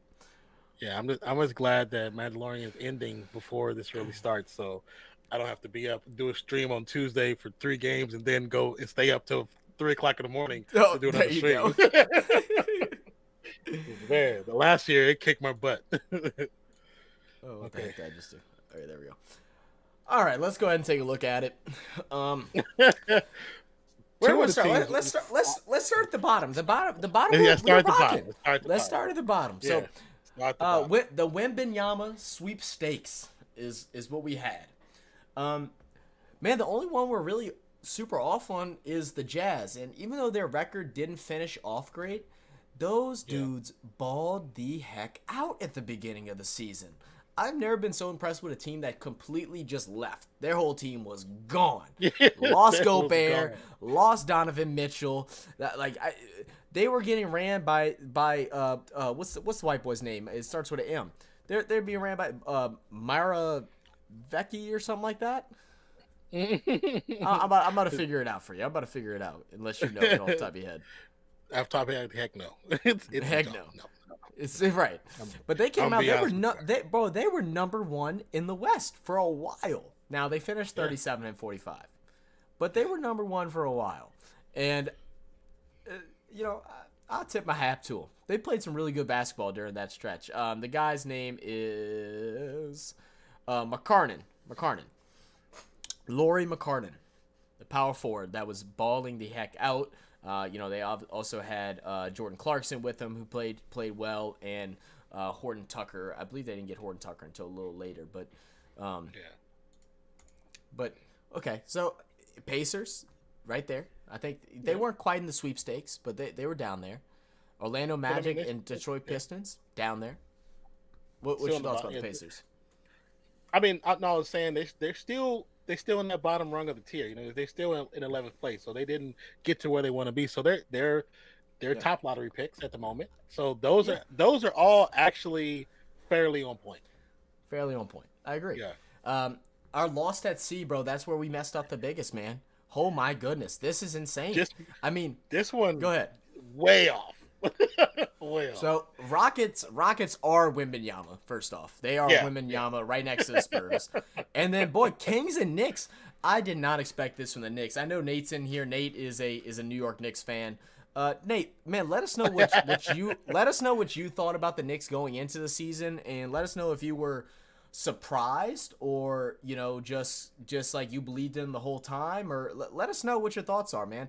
Because when we said lost at sea, it really didn't come down to it wasn't so much the play of them, it was the whole it was the draft. It was the draft. It was the direction. That's of the what draft. messed us up. It was the direction of the draft. Yeah. I believe was that also before they acquired Brunson? I can't remember. I think it might have been. Because some of these trades did happen afterwards. I think this might have been before. Yeah. So obviously that would have changed us, but we still probably would have just put them at the C. We definitely wouldn't have put them in the B tier where they're actually at. They have played phenomenal basketball. This was right after Stephen A. Smith, crying after the draft. This was right. Him this and was him and like your boy with the glasses. It's Spike Lee. Him and Spike Lee. This yeah. was like a day or two after that. So I mean, the Knicks, they outperformed what we clearly thought they were going to do. Now, the one that actually took us for a loop more than anything was the Sacramento Kings, because the Kings have been in such a complacent place for so long that no one thought they would be where they're at right now. No one. So I if don't think anybody said, anyone could have I had them predicted at the A, if anyone ever said I had them at the A, they're lying. They're 100% lying. Or they're just a Sacramento Kings coach. fan, and it's just hype beast. The same way I was with the Pels. Yeah. But ECG in the building. What's good, my brother? How you doing today, man? What's good, man? What's good? Did you watch the XFL game the other night? I think it was the Seattle Sea Dragons and the DC Defenders. I was watching on. I was watching on Carlos's stream, and it was actually the game went high, bro. Like they the Seattle Sea Dragons were down like 14 or something like that, and they went and they scored a touchdown late in the fourth quarter, or like midway through the fourth quarter, scored a touchdown. Then they converted a 3-point play. We're only down by 7 now. Went back down, scored another touchdown, and had a chance to take the lead going for a 2-point conversion and dropped it, and then dropped the 4th and 15 attempt, which is, the onside kick for the XFL, the 4th and 15, which I love, by the way, which I love, but it was a great game. East Coast said it, I did, my brother. Awesome. Yeah, it was good from what I've seen. But yeah, dude, the Sacramento Kings, I mean, I'm so happy for De'Aaron Fox and as well as Sabonis. Oh yeah. Now, I in one of the streams did hear something that is he okay to play? Because I saw something that he might have an injury issue. Sabonis or Fox? Both. Oh really? Yeah. I did not see anything about that. Let me check it out. Has been ruled out. Oh, this was 3 days ago. I'm not seeing what it is. I just saw it. No, okay. I just saw. Okay, 2 days ago, Sabonis off injury report. Okay, now. So he just came off then. Okay. Yeah, okay. He has a thumb fracture. He'll play with a thumb fracture. They'll do what they did with CJ, because that's what CJ has. There's a brace that they wrap around the hand, and it tightens the thumb, kind of like a splint would, but it's not metal. Oh, it's a little bit looser, but it's still like keeps the thumb like it keeps the thumb like this. So they can shoot. Yeah. It's a bounce back. So now with them still being in play, like I said, just the whole thing about this team, I knew that the addition of Mike Brown becoming the coach would make a change, but I didn't know it was going to be this kind of change. I didn't think it was going to happen this soon. I was thinking that the first season they were still going to have some issues. Mike Brown was going to tighten the ship up, and next season they were going to be, a higher tier caliber of team. Now, the fact that they made a switch this fast, it just shows that the team has always had talent, like real talent. Yeah. But the coaching staff was ass. Horrible. That's what this shows. When you come in and you haven't even been there long enough to really put your name on the board, but your team is already my dude still has an index card on his door. It doesn't say it's not a metal plaque, Man, but your team is still to the point where they're at the top of the echelon for the entire season. That coaching staff that was there was bad. It was clearly bad.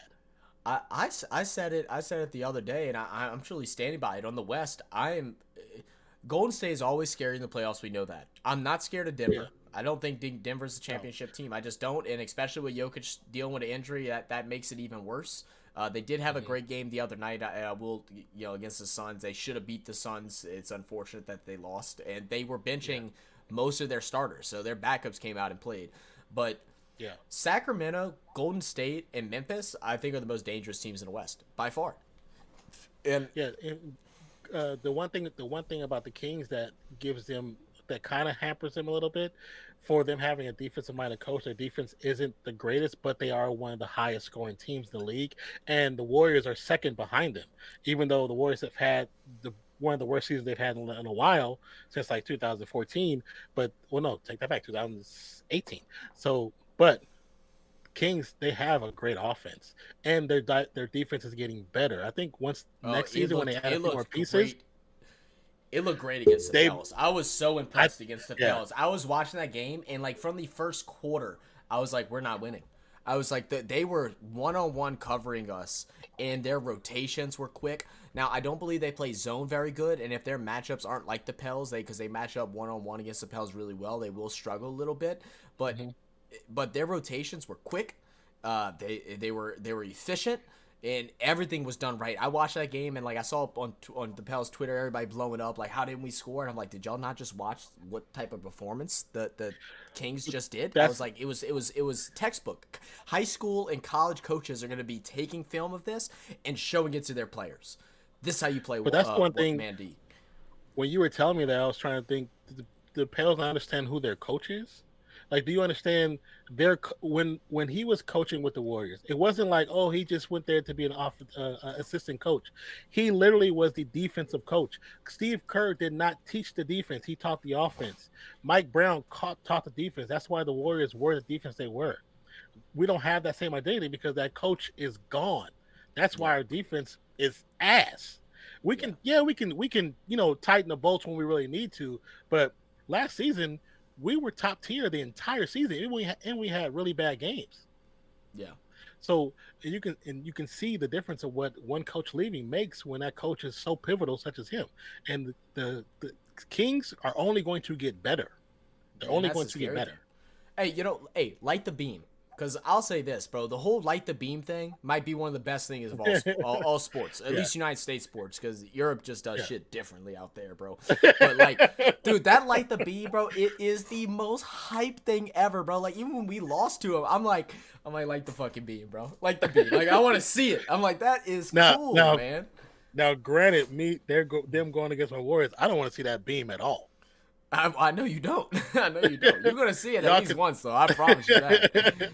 Y'all can play it when the series is over and we're going on and you're staying home. Like that's the only time I want to see that beam is at the end when they're telling the crowd thank you. Yeah, a wonderful right. season. Yeah, how unfortunate, bro. They got to go against the Warriors. That's so tough for them, man. And I love your Warriors, bro. Like, I'm a fan of Steph. I love watching Steph play. I'm not as big of a fan of Draymond and Clay like you are, but I love Looney. I love Looney. Yeah. Like, there's a lot of guys. I love Coach Kerr. But I think I might be rooting for the Kings a little bit, like just because I want this story not to end so fast. And I understand that if it wasn't the Warriors, there would be my choice to go to the next to the second round. I would pick them, but they're going against my squad, so you can't pick them. Right, I can't. Yeah, I feel you.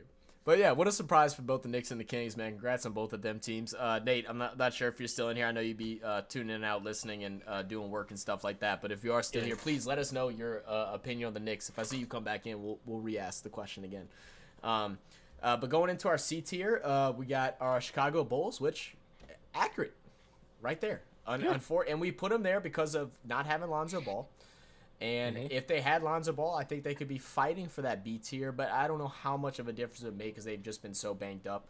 The addition of Patrick Beverley at the end, like we talked about earlier, definitely does bring a type of charisma and physicality to their team that I think they do need.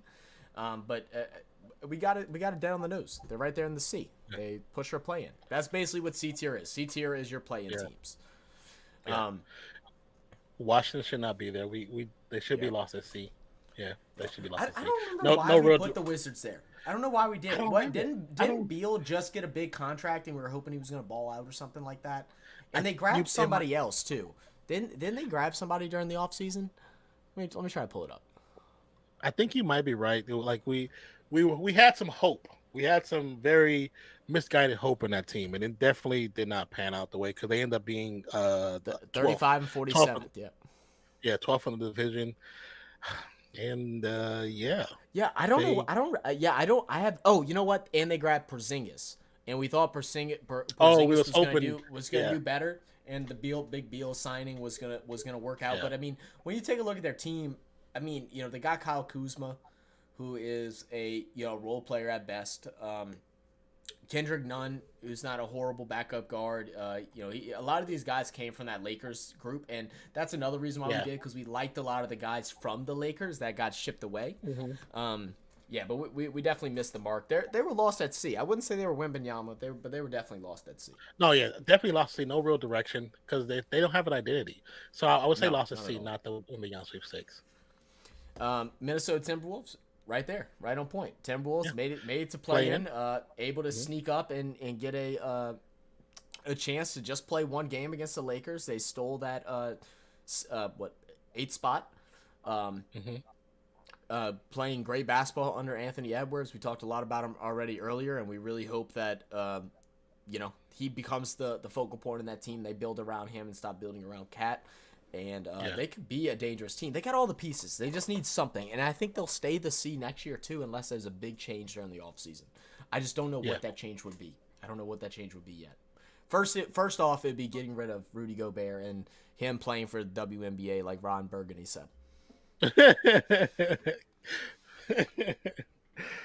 That's so funny. And then our OKC Thunder, right there. Playing Young right, squad, yeah. play good for a little bit, then play bad for a little bit.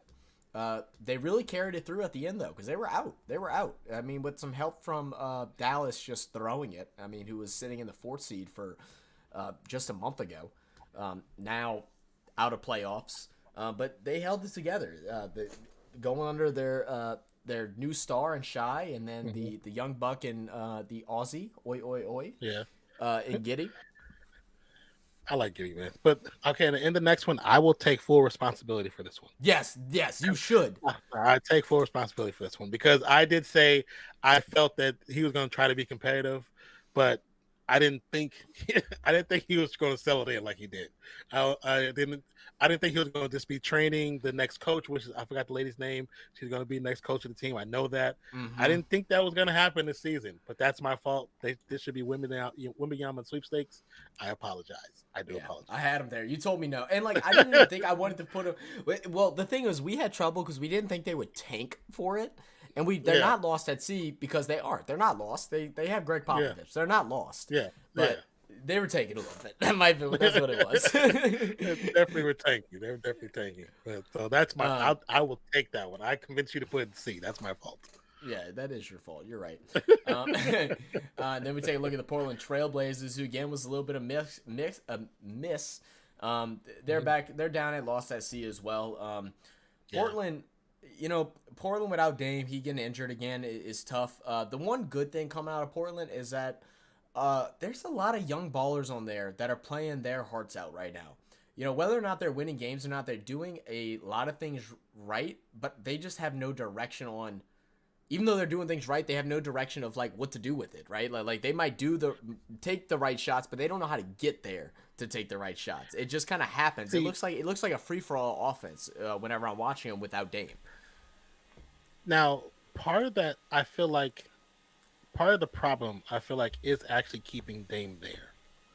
Because as long as you keep Dame there, the ball flows through Dame, and this team has to play a Dame style of ball. And unfortunately, with the young players that you have there that are developing, that might not be best for them. You know what I'm saying? And there might be a point where Dame and the team has to understand that for the team to grow and be better, I mean, not saying they're going to be a championship contender, but to be better, Dame has to go somewhere else. And it's not because they want him to go, but they have to let him go. He has to go. You know what I'm saying? If you love somebody, you gotta let it go. He has to go. He came out today and tweeted, man, I should have sent it to you. But basically, he sent a shot out at Portland's organization today. And I mean, I don't remember what the exact words were. I should have sent it to you. That way I could have saved it.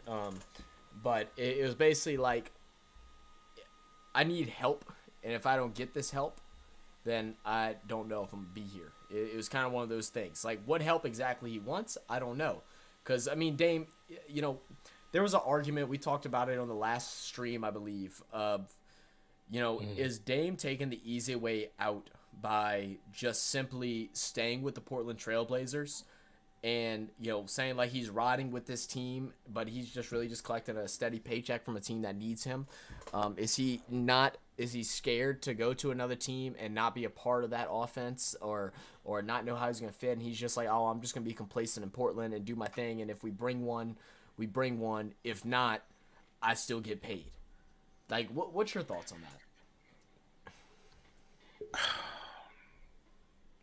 that? I respect his loyalty because, you know, I'm older. I come from the old school, so the loyalty of players to teams and teams to players, I respect. I'm right there.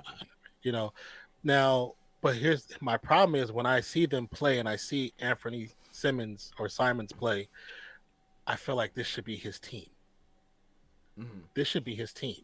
You know, you have Cam Reddish, you have Simons there, you have even Nurkic, who can play well with the young guys. And Kevin Knox has been playing really well. Kevin Knox, you have Nasir Little, Scott. Like, you have these guys who are there who all have really good potential, and you've seen them play a little bit in college, or even if you saw them at the tail end of their high school years on high, Ball is Life or whatever, they can play, but they can't play with Dame being the leader of that team. If Dame is willing to take the true veteran role and allow the young guys to lead the team, then this could be something. Because like the way that we're talking about now, it makes it feel like Portland could be like an OKC with the young guys that they have. They just get a better coach. I think they need a better coaching over there.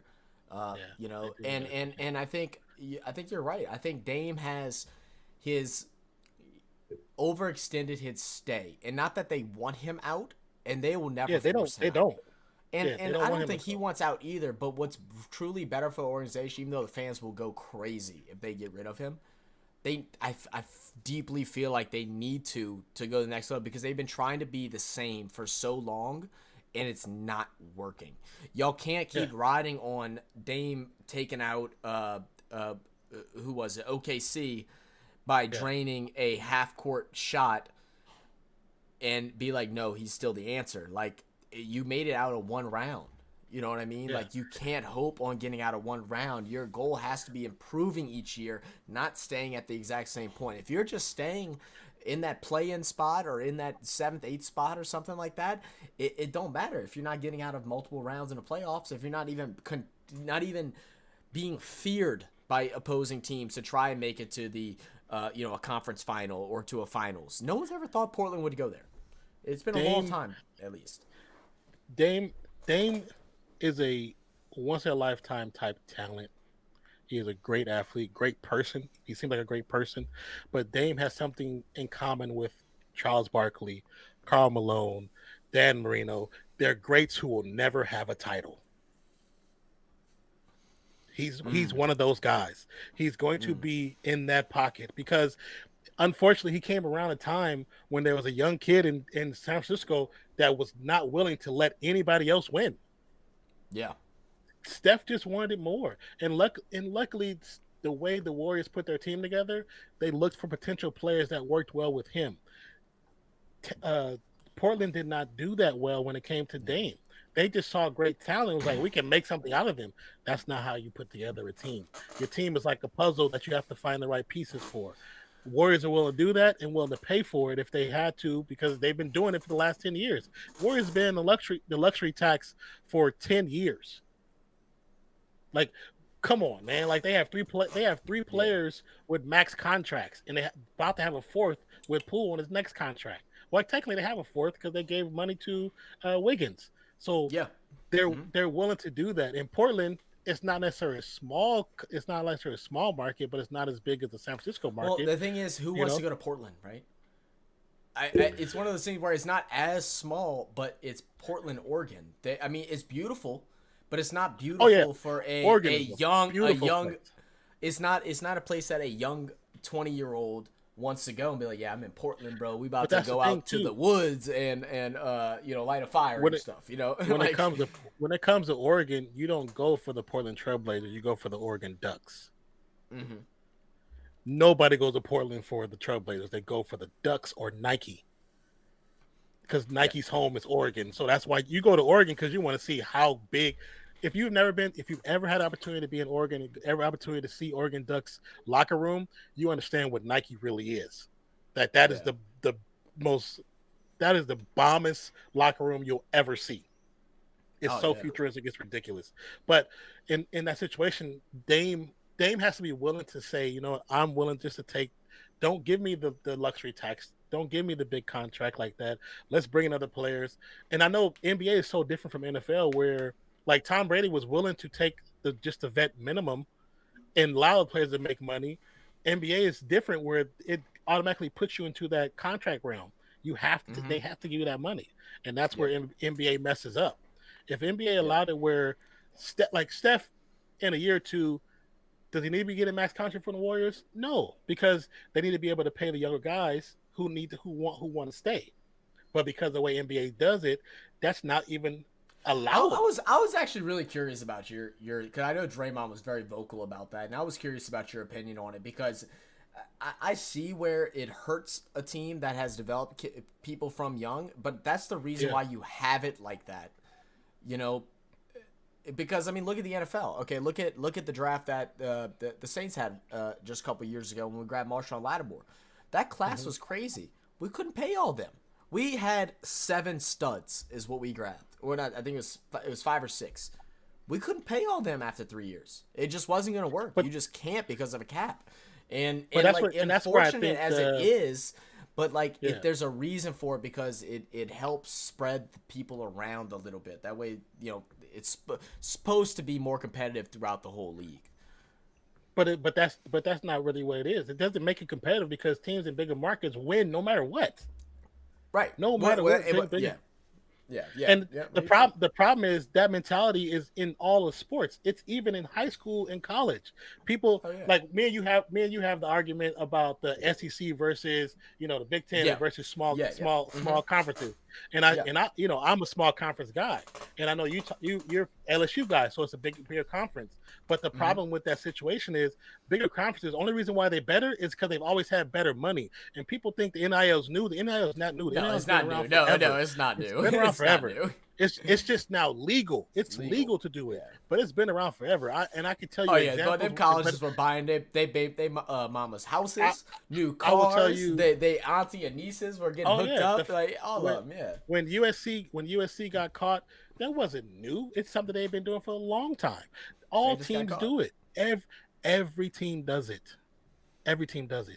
Like what you say, if you ain't cheating, you ain't trying. Every team does it because the reason why smaller teams were doing it is because they had to compete with bigger teams. Mm-hmm. And everybody knew that. So it was just a quiet agreement amongst all teams. Now, I say all teams do it, but teams that can afford to do it. And a lot of times when you see teams and their benefactors where they have when they have their scoreboard, and scoreboard is sponsored by a specific company that's a local company, they're not just sponsoring the scoreboard. I mean, I'm gonna tell you that now. You can look at smaller things too. I mean, you don't think there's a reason that you think Deion Sanders going to Jackson State is the only reason why all of a sudden they got really great players and stuff like that? They also got Deion Sanders money as well. You know what I mean? Deion Sanders paid for their locker room to rebuild. He paid for the locker room. He paid for the gym. He paid for the meeting rooms. Nope, they didn't talk about that. They didn't talk about how the money that went to there literally came out of his pocket. He literally paid for that school to be rebuilt because the school, when they would get federally funded, all of a sudden money was disappearing. That's why they're saying part of the reason why he left is because there's a lot of dirty stuff that was happening behind closed doors that nobody knew about. And they just started talking about it now. Because he had to get away from that situation before he became a part of the problem. I agree. All right, let's get back on topic because we're going off the edge as we normally do. Oh, that's what we do. That's what we do best. That's what we do best. Yeah. B tier. We got a couple misses in here. But Cavaliers is, as far as their standing is, at the 5th, right? 5th, 4th. Yeah. Let me go back to my playoff picture. Cavaliers are the 4th. Okay, at the 4th. They're an A-tier team. They improved beyond my belief with Donovan Mitchell. I knew Donovan Mitchell was going to be an upgrade, but I didn't think it was going to be as big as what it was. I didn't think Garland was going to upgrade his game like he did. There was so much like we said, or like I said earlier with the Raptors, where this is like we thought it'd be similar upgrades, and that's why you'll see they're both at B. But Cavaliers took it to the next level, bro. They are, even though they're at the 4th, they're at 8. They're an 18. They are playing out of their minds. Really good basketball. And like I said, I because of my history as a Warriors fan with Cleveland, I don't ever want to cheer on Cleveland. But this iteration of Cleveland, I love those players. Those players are great. And I hope they do better. I hope they just do great things. Even though they might not do it this year because of the talent that they have to go against, I just hope that they can build off of what they got going on. True. And looking at the Charlotte Hornets, again, this was done before the arrest of, I don't even remember the dude's name anymore, but it was before the arrest of the guy that beat his girlfriend, I think is what it was. And then also, LaMelo getting injured wasn't something that we expected either. I still think we probably put them a little too high. I think they could have been C. I don't know why we put them at B either. I think they could have been a C team, but right now they're in the Wembanyama sweepstakes because of the things that have occurred. Yeah. Too I much, think it too was much, too because much of going it on. was the end of last year. They looked really good at the end of last year. I think that was Yeah. a big factor in it. We just thought they were going to take that momentum from the end of last year and put it into this year and be a 50-60 or 50-60 win team. But that obviously did not happen. Raptors, again, they're down there at the C. They did not improve like we thought they would. Unfortunately, it just nothing changed. Like it's like you had the opportunity to make a change and show it progression, but no progression happened. They stayed exactly the same, if not got worse from last year. It's interesting because they were this level before Kawhi. Kawhi elevated them a little bit, and then when Kawhi left, they went right back to where they were. Yeah, Nothing changed. Absolutely nothing. changed. Yeah, I mean, I don't know how you don't benefit. I understand like once Kawhi left, like a lot of people are gonna leave too, but like, how do you not taste a victory, taste a championship, and then just be like, I'm full. Like, look, I had crawfish this week. Look, I had crawfish this weekend right now. Like, look, if y'all from South Louisiana, or if you ever been to like South Louisiana, and you've never had crawfish, then you won't understand this. But I'm telling you, if you come down, don't go get no damn crawfish at no restaurant, right? Go find you a little random seafood shop and just go ask in spring and go get you some crawfish, or just smell somebody bowling and be like, hey, I've never been here. I've never tried crawfish. Can I have some? And they will give you a tray. When you eat crawfish, right? And this is what the whole point is. They tasted the championship and they left. This is like eating your first tray of crawfish and then not going back for some more. You do not go and make one tray of crawfish and then leave. You might make your tray, fill up, right? And then you're gonna go chill, drink a couple beers, and you can be like, oh, the next boil is done, because you boil it twice. You have one boil, that's your first fresh batch, and then you have your second one that's a little bit spicier. You always go back for the second one. It don't matter. And they left food on the table, bro. There's people out here hungry. Y'all got a taste of a championship, and then you're like, all right, let's go back to sucking for a generation. Hopefully we'll get saved by a star player just wanting to come here to prove himself. And come to a no-name team. Like, that's the way I look at it. Kawhi went there to a no-name team and be like, oh, I can win a championship with a no-name. Boom. All right, I won. I'm out. Yeah. Next up is your Pelicans. Pelicans should be in the C tier just because they're playing. Without a doubt. Yeah. C tier. Health was an issue, and like I said, like, I mean, I'm an optimistic Pelicans fan, always will be, just like you'll always be an optimistic Warriors fan. Most definitely. If we had all of our starters and stuff like that, I still think we should be a 4th or 5th seed. I think we should, especially in the West right now. I think we're behind. You guys had a great start. You had a great start to the season. A really good start to the season. But with injuries, poor coaching rotations, which, it's Willie Green's only second-year head coaching. Everyone's ready to die and fire him. I'm not ready for that yet. Y'all got to realize we went from a under 500 to above 500, a losing organization to a organization that teams actually feared. Even with our record being a little bit low, teams were fearing us. They had to get prepared and give us their all to play them. Unfortunately, we just did nothing with it this year. Hopefully things will change, and that all depends on health, and that's just something that none of us can control.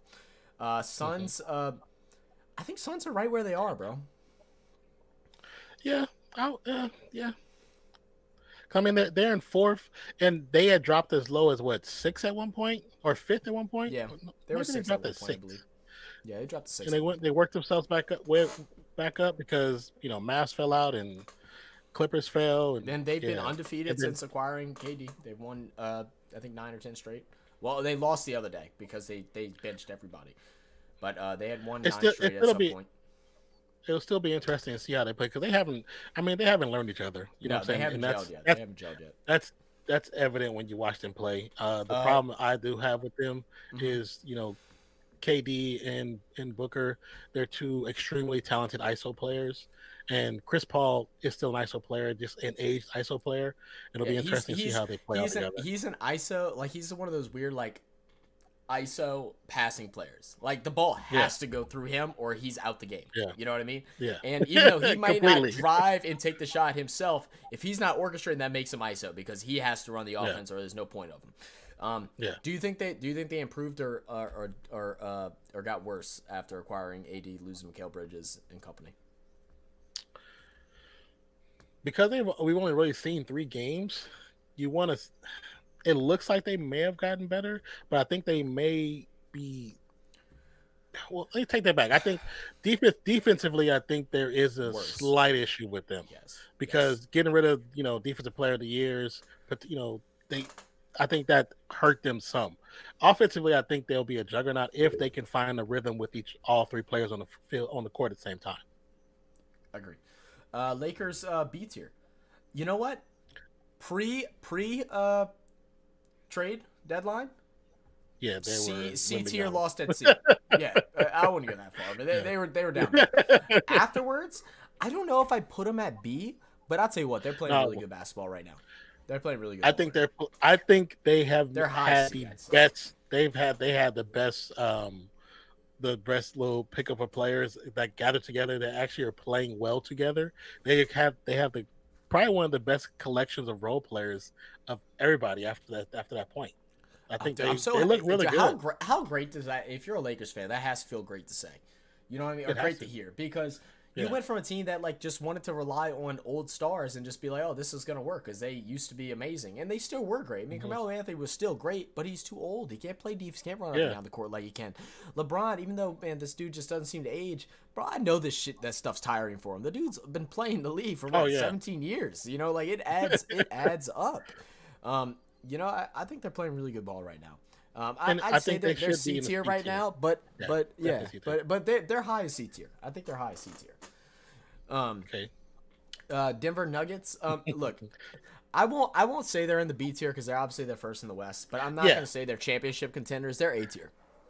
I was gonna say they are supreme A tier because no one sees them winning the title. It's one of those things where people kind of like, oh, you want first? Oh, go ahead, you can have it. Go ahead, you can have it. You can clearly have first. You're not winning the title. You might win the MVP, but you're not winning the title. I mean, you'll hear it first. I think the Pelicans are gonna have a harder time getting to playoffs than beating Denver if they get there. And that's that. I think I'm with Mikey who said it earlier. I think the Pels can beat Denver in 6. I just truly do. We play well against big centers. You know, JV doesn't have to move around as much, which is always a plus for him. We're gonna have trouble when he goes out. We will have trouble when he goes out. They're gonna have to sync up his minutes with Jokic, who plays a lot, and I don't know if JV can handle that, and that's why we will struggle in back-to-back games with him, or when we have to travel. But I think we match up well against Denver. I truly do. Yeah, I think I think it'd be a fun matchup for you guys because they're bigs that they have to play will allow you to play yours for so much longer than normal. Because compared to other teams, you guys can't play them as much as you want to. Yeah, But JV against can them, only get like 20 minutes because he's having to run so damn much. Yeah. He's gonna be able to play 30 minutes now. But this one is going to be different. So yeah, I think they do deserve to be in the A tier because they are first in the division in the league, but they are not championship contenders really. No, I don't think so either. A tier, Brooklyn Nets, man. We really thought Brooklyn Nets were going to take shine. We thought that, and this was also prior to the Harden trade, I believe, as well. Or no, it wasn't. That was last year. I'm sorry. This was right after Harden, but prior to Kyrie and KD. And obviously. Now, the one thing I will say is they have gotten a lot better though. They've been playing more team ball. They played a lot more team ball. I wouldn't say better, but they play more together, and I think they're finally getting coached. Before Kyrie and KD didn't want to be coached; they just wanted to play ball. No, they didn't. They were but too we hot heads. Also, can we also give love to Mikal Bridges though? Can we give love to Mikal Bridges? Like he was relegated. He was relegated to a defensive threat and an occasional shooter with the Suns. Now he's allowed to play basketball. Yeah. I'm pretty sure I only ever see Mikal Bridges shoot from the corner, or if he got stuck in a single coverage and they had good spacing, then he could drive. Other than that was it.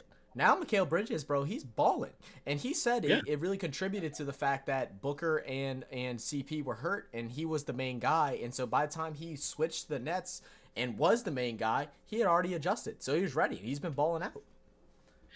Dinwiddie seems to be. He might be happier back in Brooklyn. Dinwiddie is starring out right now. Holy crap, too. I mean, Claxton is looking good. like, just imagine if KD stayed with this team. Oh my God. Oh If my KD God, stay, yeah. because then KD wouldn't have to play defense. He can rest. Like everybody talks about, oh, the stars resting. The problem with Mavs is the fact that when he wants to rest, his team rests at the same time because they're not that great. But with this team with Brooklyn, if KD wanted to rest on the defensive side, he could because all the defense around him could shut down other teams. Mm-hmm. Yeah, This would you're be. right. I mean, granted, him with the Suns, it's like, oh my, the potential of the juggernaut. But him with this team, this iteration of Nets, he might be able to come out the East. Oh yeah, they'd be fighting those top 3 spots for sure. Man, I think it'd be crazy. Boston Celtics, they're a championship contender. We missed by 1. They're playing great ball. I still don't quite like. I mean, I understand it, but like, I don't know why it's coming out during the middle of the season. But good thing for Jaylen Brown to like just be vocal about how he feels like he's mistreated, and like, so like, I mean, I can only respect that as a man, just being honest. He's not changing his game any. It's not really showing on the floor that he's frustrated. He's still playing basketball, so he's still, doing his job, he's a quote unquote. player. But that's the only thing that I see bringing them down is hopefully that doesn't implode during the middle of playoffs because they're playing great. Tatum has had a MVP caliber season for the most part. He's played good. We'll see how he does in playoffs. He hasn't missed a playoff since he joined the Celtics. Now, he did come into a great team, but it's feeling more and more like it's his team, even though you and me both agree that we think it's Jaylen Brown's team. But Tatum's playing great. And the unfortunate thing is Jaylen Brown is he's like he's hurt by his overall stats. Even though eye test when you watch them, Jaylen Brown is a much dangerous player. He's a much dangerous player. But because stats, the stats are fooled by Tatum, who is 31.1 on the points. He's 8.8 on rebounds. Like he's, on steals and assists, that's all Marcus Smart. But Tatum, because he's winning in those statistic areas, everyone mostly is talking heads. They go off of what they read. So it's like, because most of them don't watch all the games. They watch certain games. This team without Jaylen Brown, they're still a top team, but they're 6. They're 6. They're definitely not as dangerous. Yeah, they're 6. Because there's how many games did we see Tatum shrink in this year? How many games did we see Tatum shrink and Jaylen Brown had to take over? Literally had to take over. A lot. And we saw in the playoffs. He shrinks quite a bit. And that's going to be the test. And like they are championship contenders again, but the test is going to come playoffs. Let's see how he looks in the first 2 rounds. The first round I think is going to be easy for all the top 3 teams for the most part. Yeah. But that second round is going to be a test. Atlanta Hawks, that's on me. You had the other one that was all on you. This one's all on me, man. I don't know why I have so much hope. I had so much hope for the Hawks. I just don't know. I love the DeJounte Murray. Charlatans. I love Capella. Charlatans. Bro, man, dude, that's on me, bro. Like they're man, I mean, we talk so much bad about it. They're not lost at C, but they're not B. They're C. They're C, low C. They're C. They're low C. I put them like maybe above OKC, but like I don't even know about that because at least OKC is showing promise. Atlanta, this is supposed to be the year that y'all rise above other teams, and y'all just didn't. Y'all stayed the same, if not got worse. I'm the one Warriors fan that actually liked Clint Capella when he was on Houston. I was like, damn, I want him. Like, can we get him? I was the same next way. To Draymond? I was him the next same to Draymond? way. Oh I said it all the time last year. Let's grab Capella. I was like, let's give Capella. I wanted that. People talk so bad about him. The dude averages 11 rebounds a game. I'm like, if we have him next to Draymond to give Kevon Looney a rest, man, come on, man. I'd be happy with that.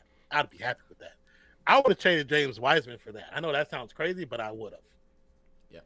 Yeah. Memphis Grizzlies. Hey, they're on the flex for me. I really think they're a championship contender team. I think they're the lower end of that, but I do like what they're doing. But there's been so much drama, and that's kind of filtered things out. This new kid, Lofton Jr., where are they? Dude, the G League, what are they growing out there, bro? What are they feeding this kid? Kenny and Lofton. How is he able to stay healthy? Can he train Zion? That way Zion can be that big and be healthy too? like that's what I want to know. One boy dropped 42 the other day. Unbelievable. Well, that makes him even scarier. Well, his name is Kenneth Lofton Jr., so I'm assuming he's the son of the baseball player Kenny Lofton. Mm-hmm. I'm assuming because there's a baseball player Kenny Lofton, he is. And who was a outstanding baseball player. But I will say, I know to me, because of multiple factors, but I just don't believe they're a championship contender because of it's too much going on in that locker room. Yeah. It's too much. The it's they are the Trey Young of the West. They are. They're Yes. the Yeah. equivalent where they At want least to they're be the winning bad games. guy. Like, Yeah, at least but they win the yeah. game. They want to be the bad guys, and I do believe that the best player on that team is Jaren Jackson. I say that with Oh yeah. full confidence. Full I confidence. And know, I I know. love Ja. And you know I love Ja. Yeah, Ja yeah, yeah. Ja was someone I was super excited about coming out of college. I love Ja. But you're right. And You're right. Jared I Jackson's like him all as a around as a best player. talent. I like him as a talent, but when I look at him, you know what I see when I look at him? I look at him and I see Allen Iverson. And I love AI, and that's why. But AI had a like cocky humbleness to him though, because Yeah, he's I, a take yeah, he's a take it all guy and will go get points. But like Willie Green is the one who brought this up. I didn't even know this occurred. Whenever Willie Green played with the 76ers with Allen Iverson, or it was maybe it was with Denver. I don't remember what year it was, but anyway, when he played with him, AI passed him the ball. He was a rookie. He got the ball and passed it right back to him. The next time out, AI went up to him and goes, "Say, bro, when I pass you the ball, that means that I'm expecting you to do something with it. Don't just give it back to me." He said, "You ain't got to worry about yeah, me. I'm still dropping 30 on them. yeah. You go get your buckets. I'm giving it to you because I want to see you go do something." And that's what AI, and that's why AI was respected. Ja is not Oh respected by yeah. anybody in the league except for Memphis Grizzlies. And like I said, when I say I look at him and I see Allen Iverson, and it's not like Allen Iverson. He was a small dude that could get up and dunk. It wasn't a highlight reels factor. AI's game was in his handles. That's not the point. I see him and I'm like, I see a player if he doesn't get his personality, his persona, his image in control, and how he looks at the game in control, he's never winning a title.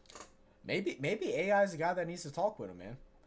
Maybe that's what thing. Because I mean, I don't know. I mean, I was really young, so like I didn't know like I didn't watch like Sports Center enough to like know what drama AI was in. I mean, I know there was a whole debacle of him like with the tattoos, Yeah, AI had a the lot going piercings, on. the clothing, and Yeah, like I'm sure he did. But like, and then he humbled himself up, and he was one of the more respected players in the league. He still is. He's around the and league. He's oh yeah, respected. High and school, college, everything. He goes and speaks to young kids and does things.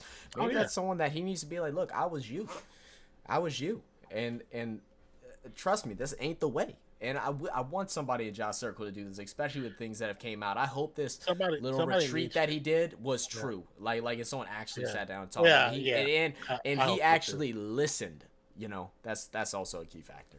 And I know part of it is like just the hype beast behind the beef between Draymond and Dylan Brooks, but I do agree, Brooks, Oh, man, if Brooks they is an want, idiot, bro. You but talk too the much shit for problem with not being that good. but that's the I mean, thing, and look, like even though if he, Draymond's game has decreased over the years, it's because he's mhm, older now and he don't have no knees yeah, no more. Draymond yeah, was the force on defense for years, several years, but almost a but decade. also You when know, he came in the game, he when he came in his first couple seasons, he averaged 18 plus points a game. It wasn't like, oh, he never could shoot. He just understood what his role was and perfected it. Dylan Brooks right now, like coming up into his prime on DraftKings. This is just the way that I look at things. I do that a lot. The highest over that you could bet on, like they give you like your initial stats of like what you think, and then you can go to another thing and it'll be alternates and it'll be like the crazy ones. Uh, Yeah, the highest over you could bet on was like 13.5 points. yeah, So and which that was like yeah. plus 400.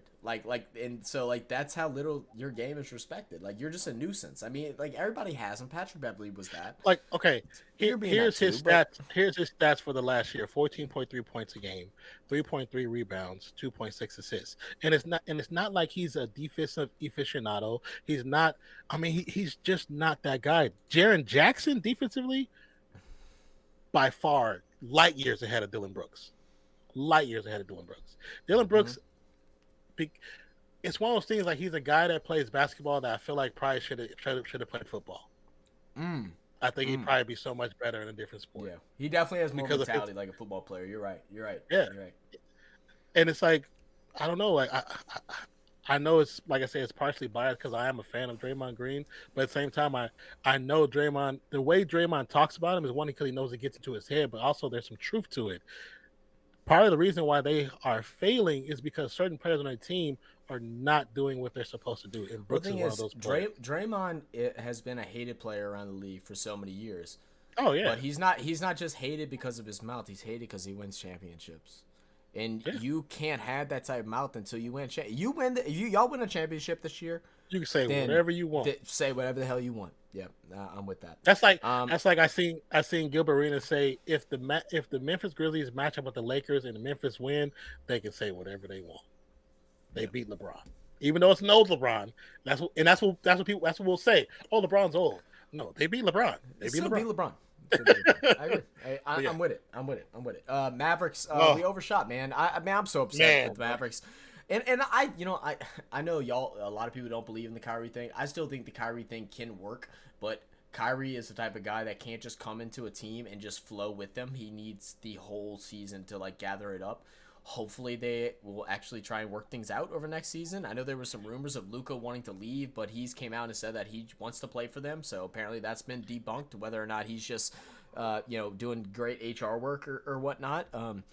But Luka and Kyrie both need to change their game. Luka has been brought into the league like he has to do everything, which he did. But they're having trouble bringing pieces around him because basketball is you almost got to adapt the Steph and like Clay mentality. Like the more you shoot, the more you're gonna make, right? But if Luka's taking all the damn shots, how is anybody else gonna get warmed up? If they're only touching the ball to catch and shoot and not able to drop it or dribble it or take it to the ground or take it to the basket, it's just all him and it has to go through him nonstop. You don't allow other guys to get into rhythm. He has to. I wouldn't say humble himself, but like. I don't think it's his fault, but they just need to do something to where he feels he trusts his teammates. He needs to be more trusted again. So I'm going to say this. I'm going to say some names. Let's see. Tim Hardaway Jr., Dorian Finney-Smith, Josh Green, Reggie Bullock, Dwight Powell, Maxi Kleber, Davis Bertans. Let me see who else. And the other one, Frank Ntilikina. All those players should not be on the Mavericks. I don't know if a lot of those players should be in the NBA. Besides maybe Bullock, Finney-Smith. We know that Powell's done better, but he's done better as in the late part of the season. But we know that 40 is a fan of the Mavericks. So 40 sometimes tagged me in things that Mavericks fans post, and I went in there and read comments, and it's like so many people are drinking the Luka Doncic drink so heavy where they don't want to believe that he is part of the problem when he is part of the problem. But he's not the only part of the problem. Yeah, no. He's not the problem. He's just a part of it. Yeah, he's part of it. Part of the problem is Jason Kidd's a big part. Yeah. Jason Kidd, who is a defensive-minded coach, doesn't teach defense to this team. The only defensive part they had, they traded away, which didn't make any sense. Now you have all these players who don't play defense. Powell, like we said, has finally came alive. He started shooting three. He's starting to get blocked. We don't know what happened. Nothing changed. It wasn't like the center position changed. They're all the same people. But at the same time, then you have Christian Wood, who is a talent. And they're getting rid of him. You don't know how to use him. They're getting rid of him this year. He's done. Luka is top in points, rebounds, assists, steals. Oh man, he's the top in everything. It's like as good as that sounds for him, that's not good for a team. There shouldn't be a one player do it all. You can't be like that. No, you can't be that is Mark Cuban's fault. And the Mark Cuban was the last name I did not say because Mark Cuban is a very bad owner.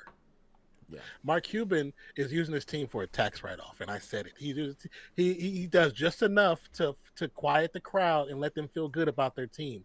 If y'all really want to be mad at somebody, be mad at the owner who only picks up international players because he thinks they're going to do something. When 9 times out of 10 they do not. Right. If you don't have the right system around them, they do not. And not to get into like a whole nother debate, but like the amount of people that's like, yeah, look at all the top players in the league. They're all from other places. Like, yes, 5 out of the several hundreds of players that come in that just end up going to the G League and then leaving are the top. Like as of right now, like it's like don't get me wrong, y'all have some stars, but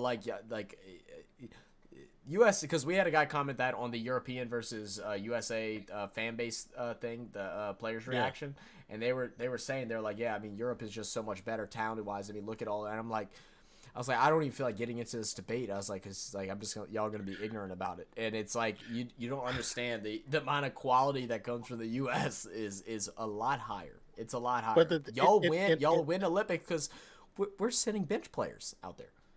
yeah, but also at the same time, when that statement is made, how many of them come out of the Euro leagues and play like Luca? How many have done that? Yeah. Luca and Dirk Nowitzki were anomalies. Right. That's not normal.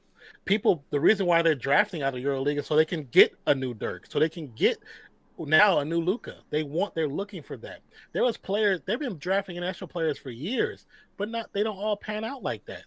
Luca was balling since he was 16, like with the pros. His road was already paved before him. They knew he was going to the NBA. He was already preset. His game was different for everybody else. His game was totally different. But I mean, this team, man, the team is not. They have to allow Kyrie and Luka to be able to learn each other. They didn't have enough time to learn each other. But the games when they felt like they were flowing, that offense was crazy. The defense was trash. Yeah. Mm-hmm. Like I was telling you, I watched the last game the Warriors played the Mavericks. This is truly what I'm. My bad, I cut you off, but this is truly what I'm doing. Obviously, they both start. Yeah. You pull Kyrie after the first 6 minutes or so, 6-7 minutes. Mm-hmm. You at least regular season wise. Playoffs is going to be a little different. Obviously, rotations are less and stuff. Second quarter, Luka sits the first 8 minutes. He might not like it stat wise, but like that's what they need. Maybe not even that long. Maybe the first 6, and you let Kyrie come out in the second quarter, and you let him run his offense, and you let it work like that. You come out of half, same thing. You start both of them, but you take Kyrie out after the first 6-7 minutes or something like that. And then you let Kyrie start the fourth, and you let Luka sit in the fourth. You make that rotation, the amount of games, the amount of points they put up will be insane because you allow them to play with each other at the beginning and, just get the fear and have players run around, right? Because they're tiring offensive players to defend. For defenders, they don't want to defend these guys. They beat them up. Luka goes down low in the post. He's all over the damn place. Kyrie is dribbling out his mind. He thinks it's street ball and stuff like that, which I love. So I'm not even talking as a hater.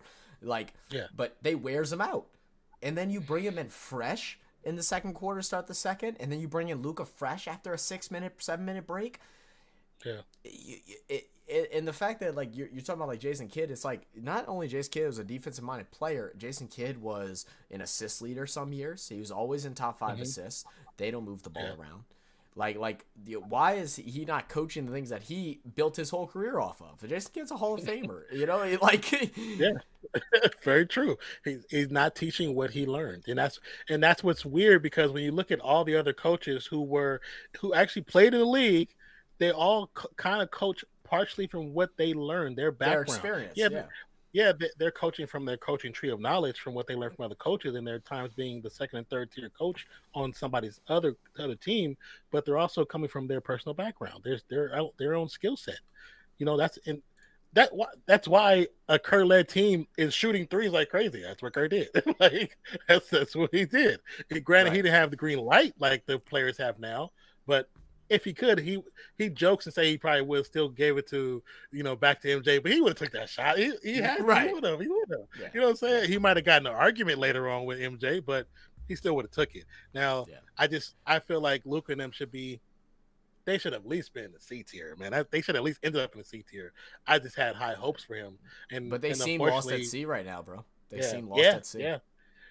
And Jason Kidd did make a post saying there's going to be a lot of new faces next season, and I said I think that yours should be one of them. Yeah, I agree. You should be gone. I don't think you've earned to be at that team no more.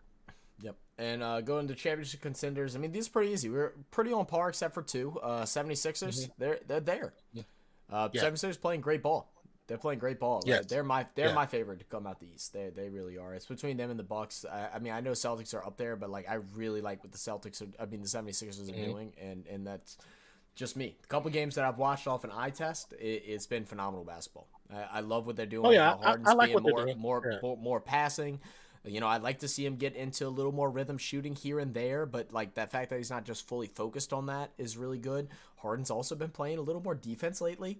I don't know if you caught that in the Yeah, last game. He I played I very did. good on defense the I other saw him get game. a couple of steals last game. I was like, Yeah. okay, this is a different Harden. He's finally realized. He's finally bought in. That's what it is. He's bought in, And and Embiid is that's been the problem. angry and quiet. Embiid has been Yes, angry and quiet this year, and that's also a because big factor he felt like he should have got the MVP. I think last year or the year before, he last year. felt like he should have got it. So So he's been angry he's and quiet, and he should get the MVP yeah, this year. yeah. Um, And yeah, go ahead. I would say James is averaging 10.7 assists, which is where he should have been his entire career. Like him taking over as being a shooting guard that just all he does is shoot, shoot, shoot, shoot, shoot. That James Harden's never missed a playoff in his whole career. That's really? Yeah, Did not know that. yeah, it's crazy, right? I did not know that. But yeah, no, I totally agree.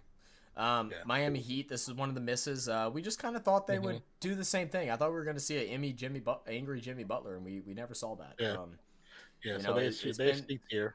Yeah. Yeah, seats here. Milwaukee Bucks, they got their resurgence, bro. I knew they were going to come back with vengeance. They're playing really good. They're a little bit of injury problems and stuff like that right now, but hopefully they're able to make a run. Now the question is, I'm trying to pull up real quick. Did Middleton? What was his outlook for the playoffs? Because he did get injured towards I don't know. And most people, even us, thought the reason why they didn't do well last year is because Middleton got injured toward the end of the season. It says hoping to be back for playoffs. Okay, so they're not really giving us no information. Okay, I got you. Yeah, no information. I got you.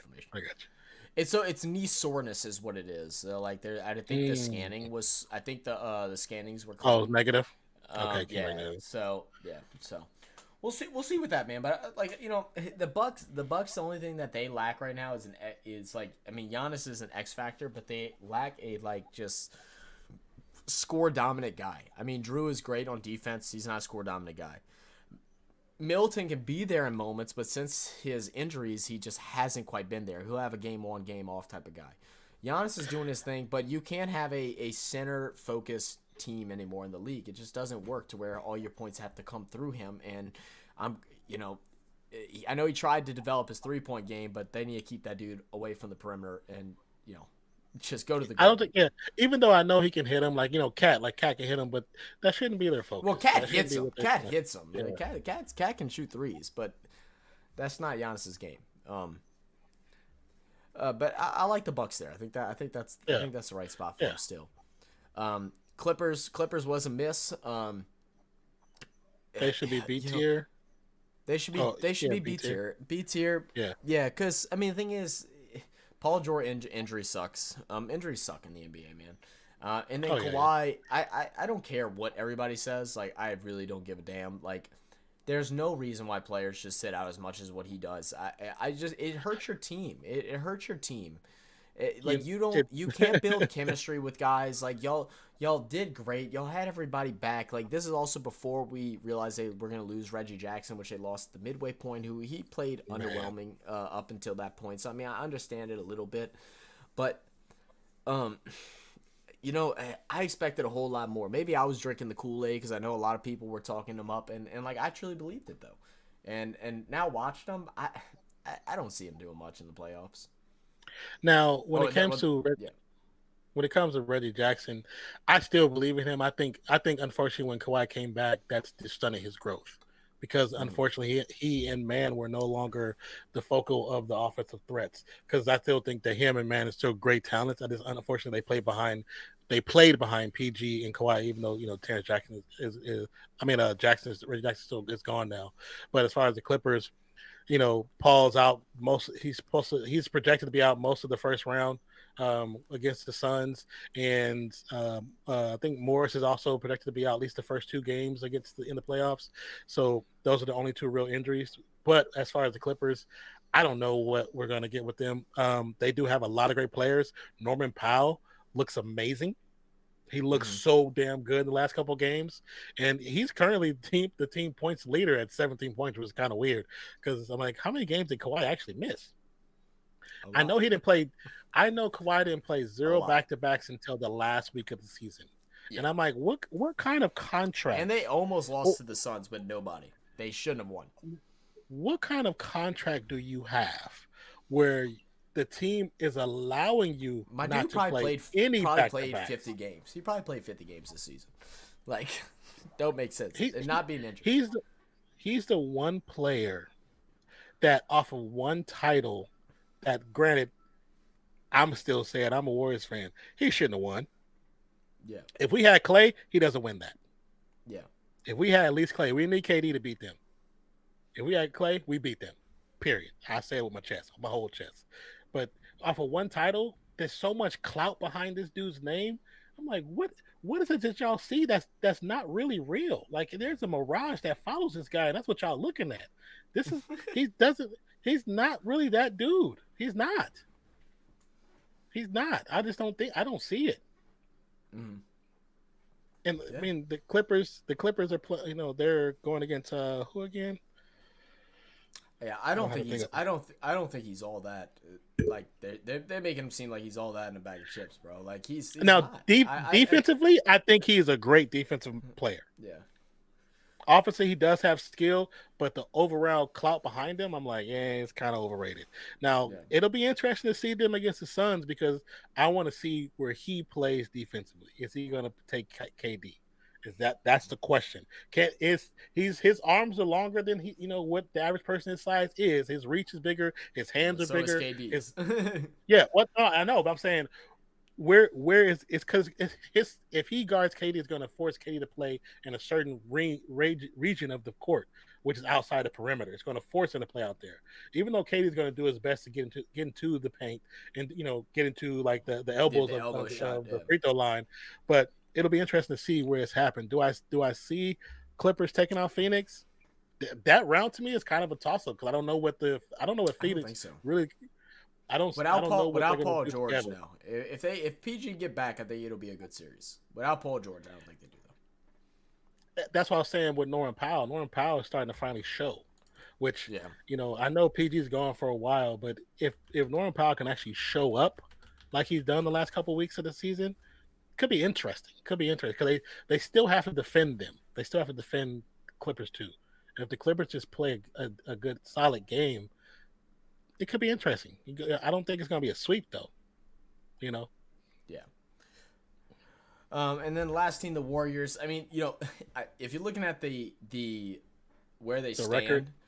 and Yeah. stuff, I mean, you're probably putting them at B tier, but they were at the same spot last year and they won the championship. So it's hard not to put them there. But honestly, I think they're at the A tier because I think they did digress from last year. This time they're going to have to really worry. Like, their stars are really going to have to ball out. They don't have the depth like they did last year, or at least the effectiveness. Now, all those things could change. I mean, you still have Looney, you still have Poole, you still have guys that can go and do it. I think Wiggins is supposed to be coming back. Hopefully he can he's come already back back. and be okay, Yeah. and he can be back to full force and everything like that. But I think I can't put them at championship tier just because of their record, just like everybody else does. But I also can see them going through the West because I don't think the West is that deep. I don't think the West is that great.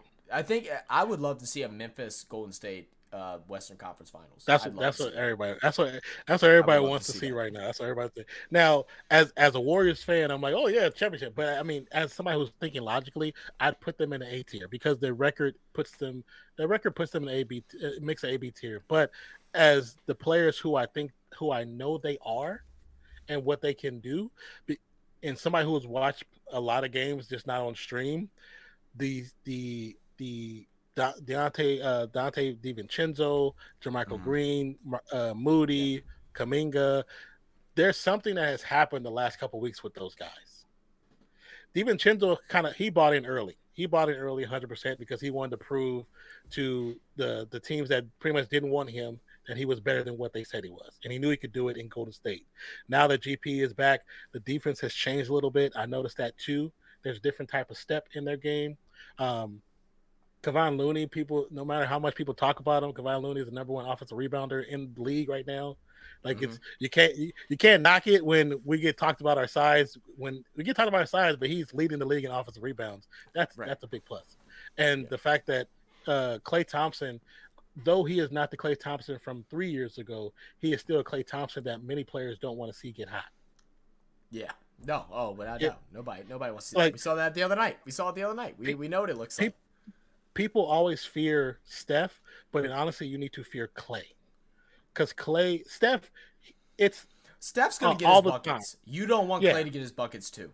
Yep. yeah. You never It's want to one of those see. guys is he's gonna score, so you worry about the second guy. Make sure he does it. Yeah, and if you ever see, if like I've always said it, we've never seen a game where Steph and Clay have truly went on fire together. We've seen it where they kind of did it, lightweight, where they both got 30. They came together for 60 total. You know, we've never seen them really go in fuego together. It's this never really truly happened. Now, the one thing I do like about their offense is the fact that this is the first time in NBA history where you have three players, uh, Poole, Clay, and Steph, all average 20 points above. It's the first time a front court has done that with three players. It's actually the first time in history. And I'm like, that's actually pretty impressive. Like I didn't know that, but Yeah. I mean, like I still say there are contenders, but I wouldn't put them in that rank. I'd put them, Yeah. just because of the ability they have to be dangerous. I'll put them in the A, but they may, because of position, deserve being in the B. Yes, I agree. And I agree. that's just being honest. Yeah. So just looking overall, going from top to bottom, Miami Clippers were a big miss. Mavs Nets were a miss in the A. In the B, I would say Hornets are only the big miss. I mean, Toronto disappointed us, but I think Hornets and Pels were the only like bigger misses. I wouldn't even, like I said, Lakers have been playing more like a B lately, but they were playing like a lost at sea early. In the C tier, Wizards and Spurs, lost at sea. Man, that's the biggest one. Knicks and Kings, bro, balling out. Salute. And then the Wembanyama, I'm not mad at any of that. The Jazz, even though they were doing their thing, and same with Indian Pacers, they had a couple games like it feels like that. This was a decent tier. This was much better than the NFL one. A lot of these were just one or two ranks off, or I will. one rank I will above or say. below. I was gonna say, besides the Knicks and the Kings, everything else was very close to being very accurate. Very Yeah. close. So I think you guys can definitely see that even though we watch probably more football than we watch basketball, we were Yeah. way better on the basketball tier Yeah. than we were on the football tier. Very true. Very but true, man. but we watch way more football than we watch basketball, which is kind of hilarious. Way more. Which is kind of hilarious. But man, this was good night, fun. Skylar. Yeah, I just texted her. But yeah, this is really fun, man. We hope y'all tuned in and enjoyed. I know we had a lot of listening ears at the end. This was a little bit longer than what we expected, but y'all know we have a lot to talk about. We just talk and we just let the words flow. We don't try to put ourselves to a limit. Y'all can let us know if y'all like to see us kind of limit some of these things. We can. Like I said, we're not going to do it for this one just because play-in starts tomorrow and it doesn't really make sense. But typically when we do these tier lists and we do these different things, we'll do them live and then we cut them up and we shorten them to about 20 minutes to 30 minutes each. And they're a lot shorter, more podcast version and stuff like that. So if you like a shorter style, make sure you check out the edited content because we do shorten them up. With these lives, we just have some fun and we just chat it up and go with the flow. No regimen. What's good, Dr. Rick? And then also, just for the poll, we had 19 votes. And surprisingly, it's very similar to kind of how we predicted the play-in.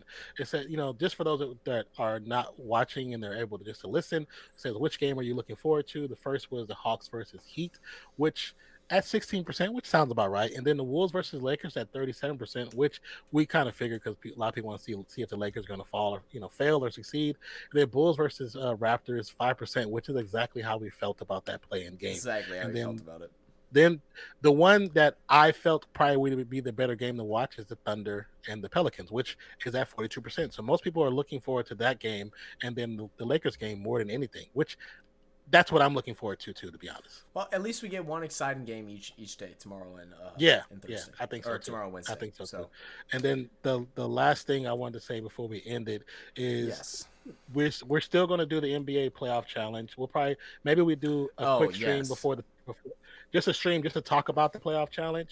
But just to give a heads up, now you can see like the average of what most fans picked as far as they title winners, and so the Bucks are rated at like 28% by most fans as picked as the champs. Celtics at 21%, Suns at 15%, Warriors at 9%, 76ers at 7%, and Denver at 6%. Those are the top 6 choices for the titles right now. Interesting. Yeah. But yeah, like Don said, so I have to figure out what all the dates are because I'm not truly sure. When does round one start? Do you know off the I top think of it's the.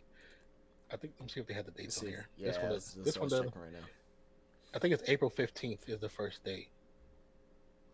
I think April 15th is the first day, to be honest with you.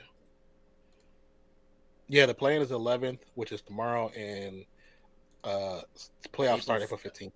Oh, so it starts on Saturday. Oh man, so it's literally right after the last playing game. Yeah. Oh wow. Okay, so this is more than likely what's gonna happen. We will go ahead and on Friday after we watch the last 2 playing games to see who makes the playoffs.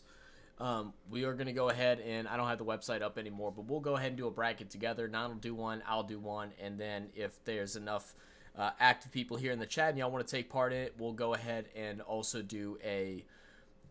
we'll also let y'all vote on a bracket, and we'll do something on those terms. And we'll take a little picture. We'll see who wins, who was right, chat, Nan, or me. And then we'll get ready for Saturday playoffs. Yeah, I mean, yeah, we can do that. I'll probably talk to you about a scheduling opportunity that we can probably take advantage of, but I'll do it off stream. Okay, so. That sounds great.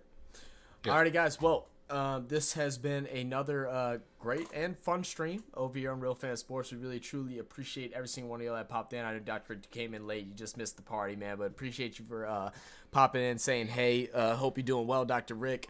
And everybody else that came and tuned in, much love to you guys. Hope y'all all doing well and ready for some playing basketball. We'll be back live tomorrow at 6:30 p.m. Central Time.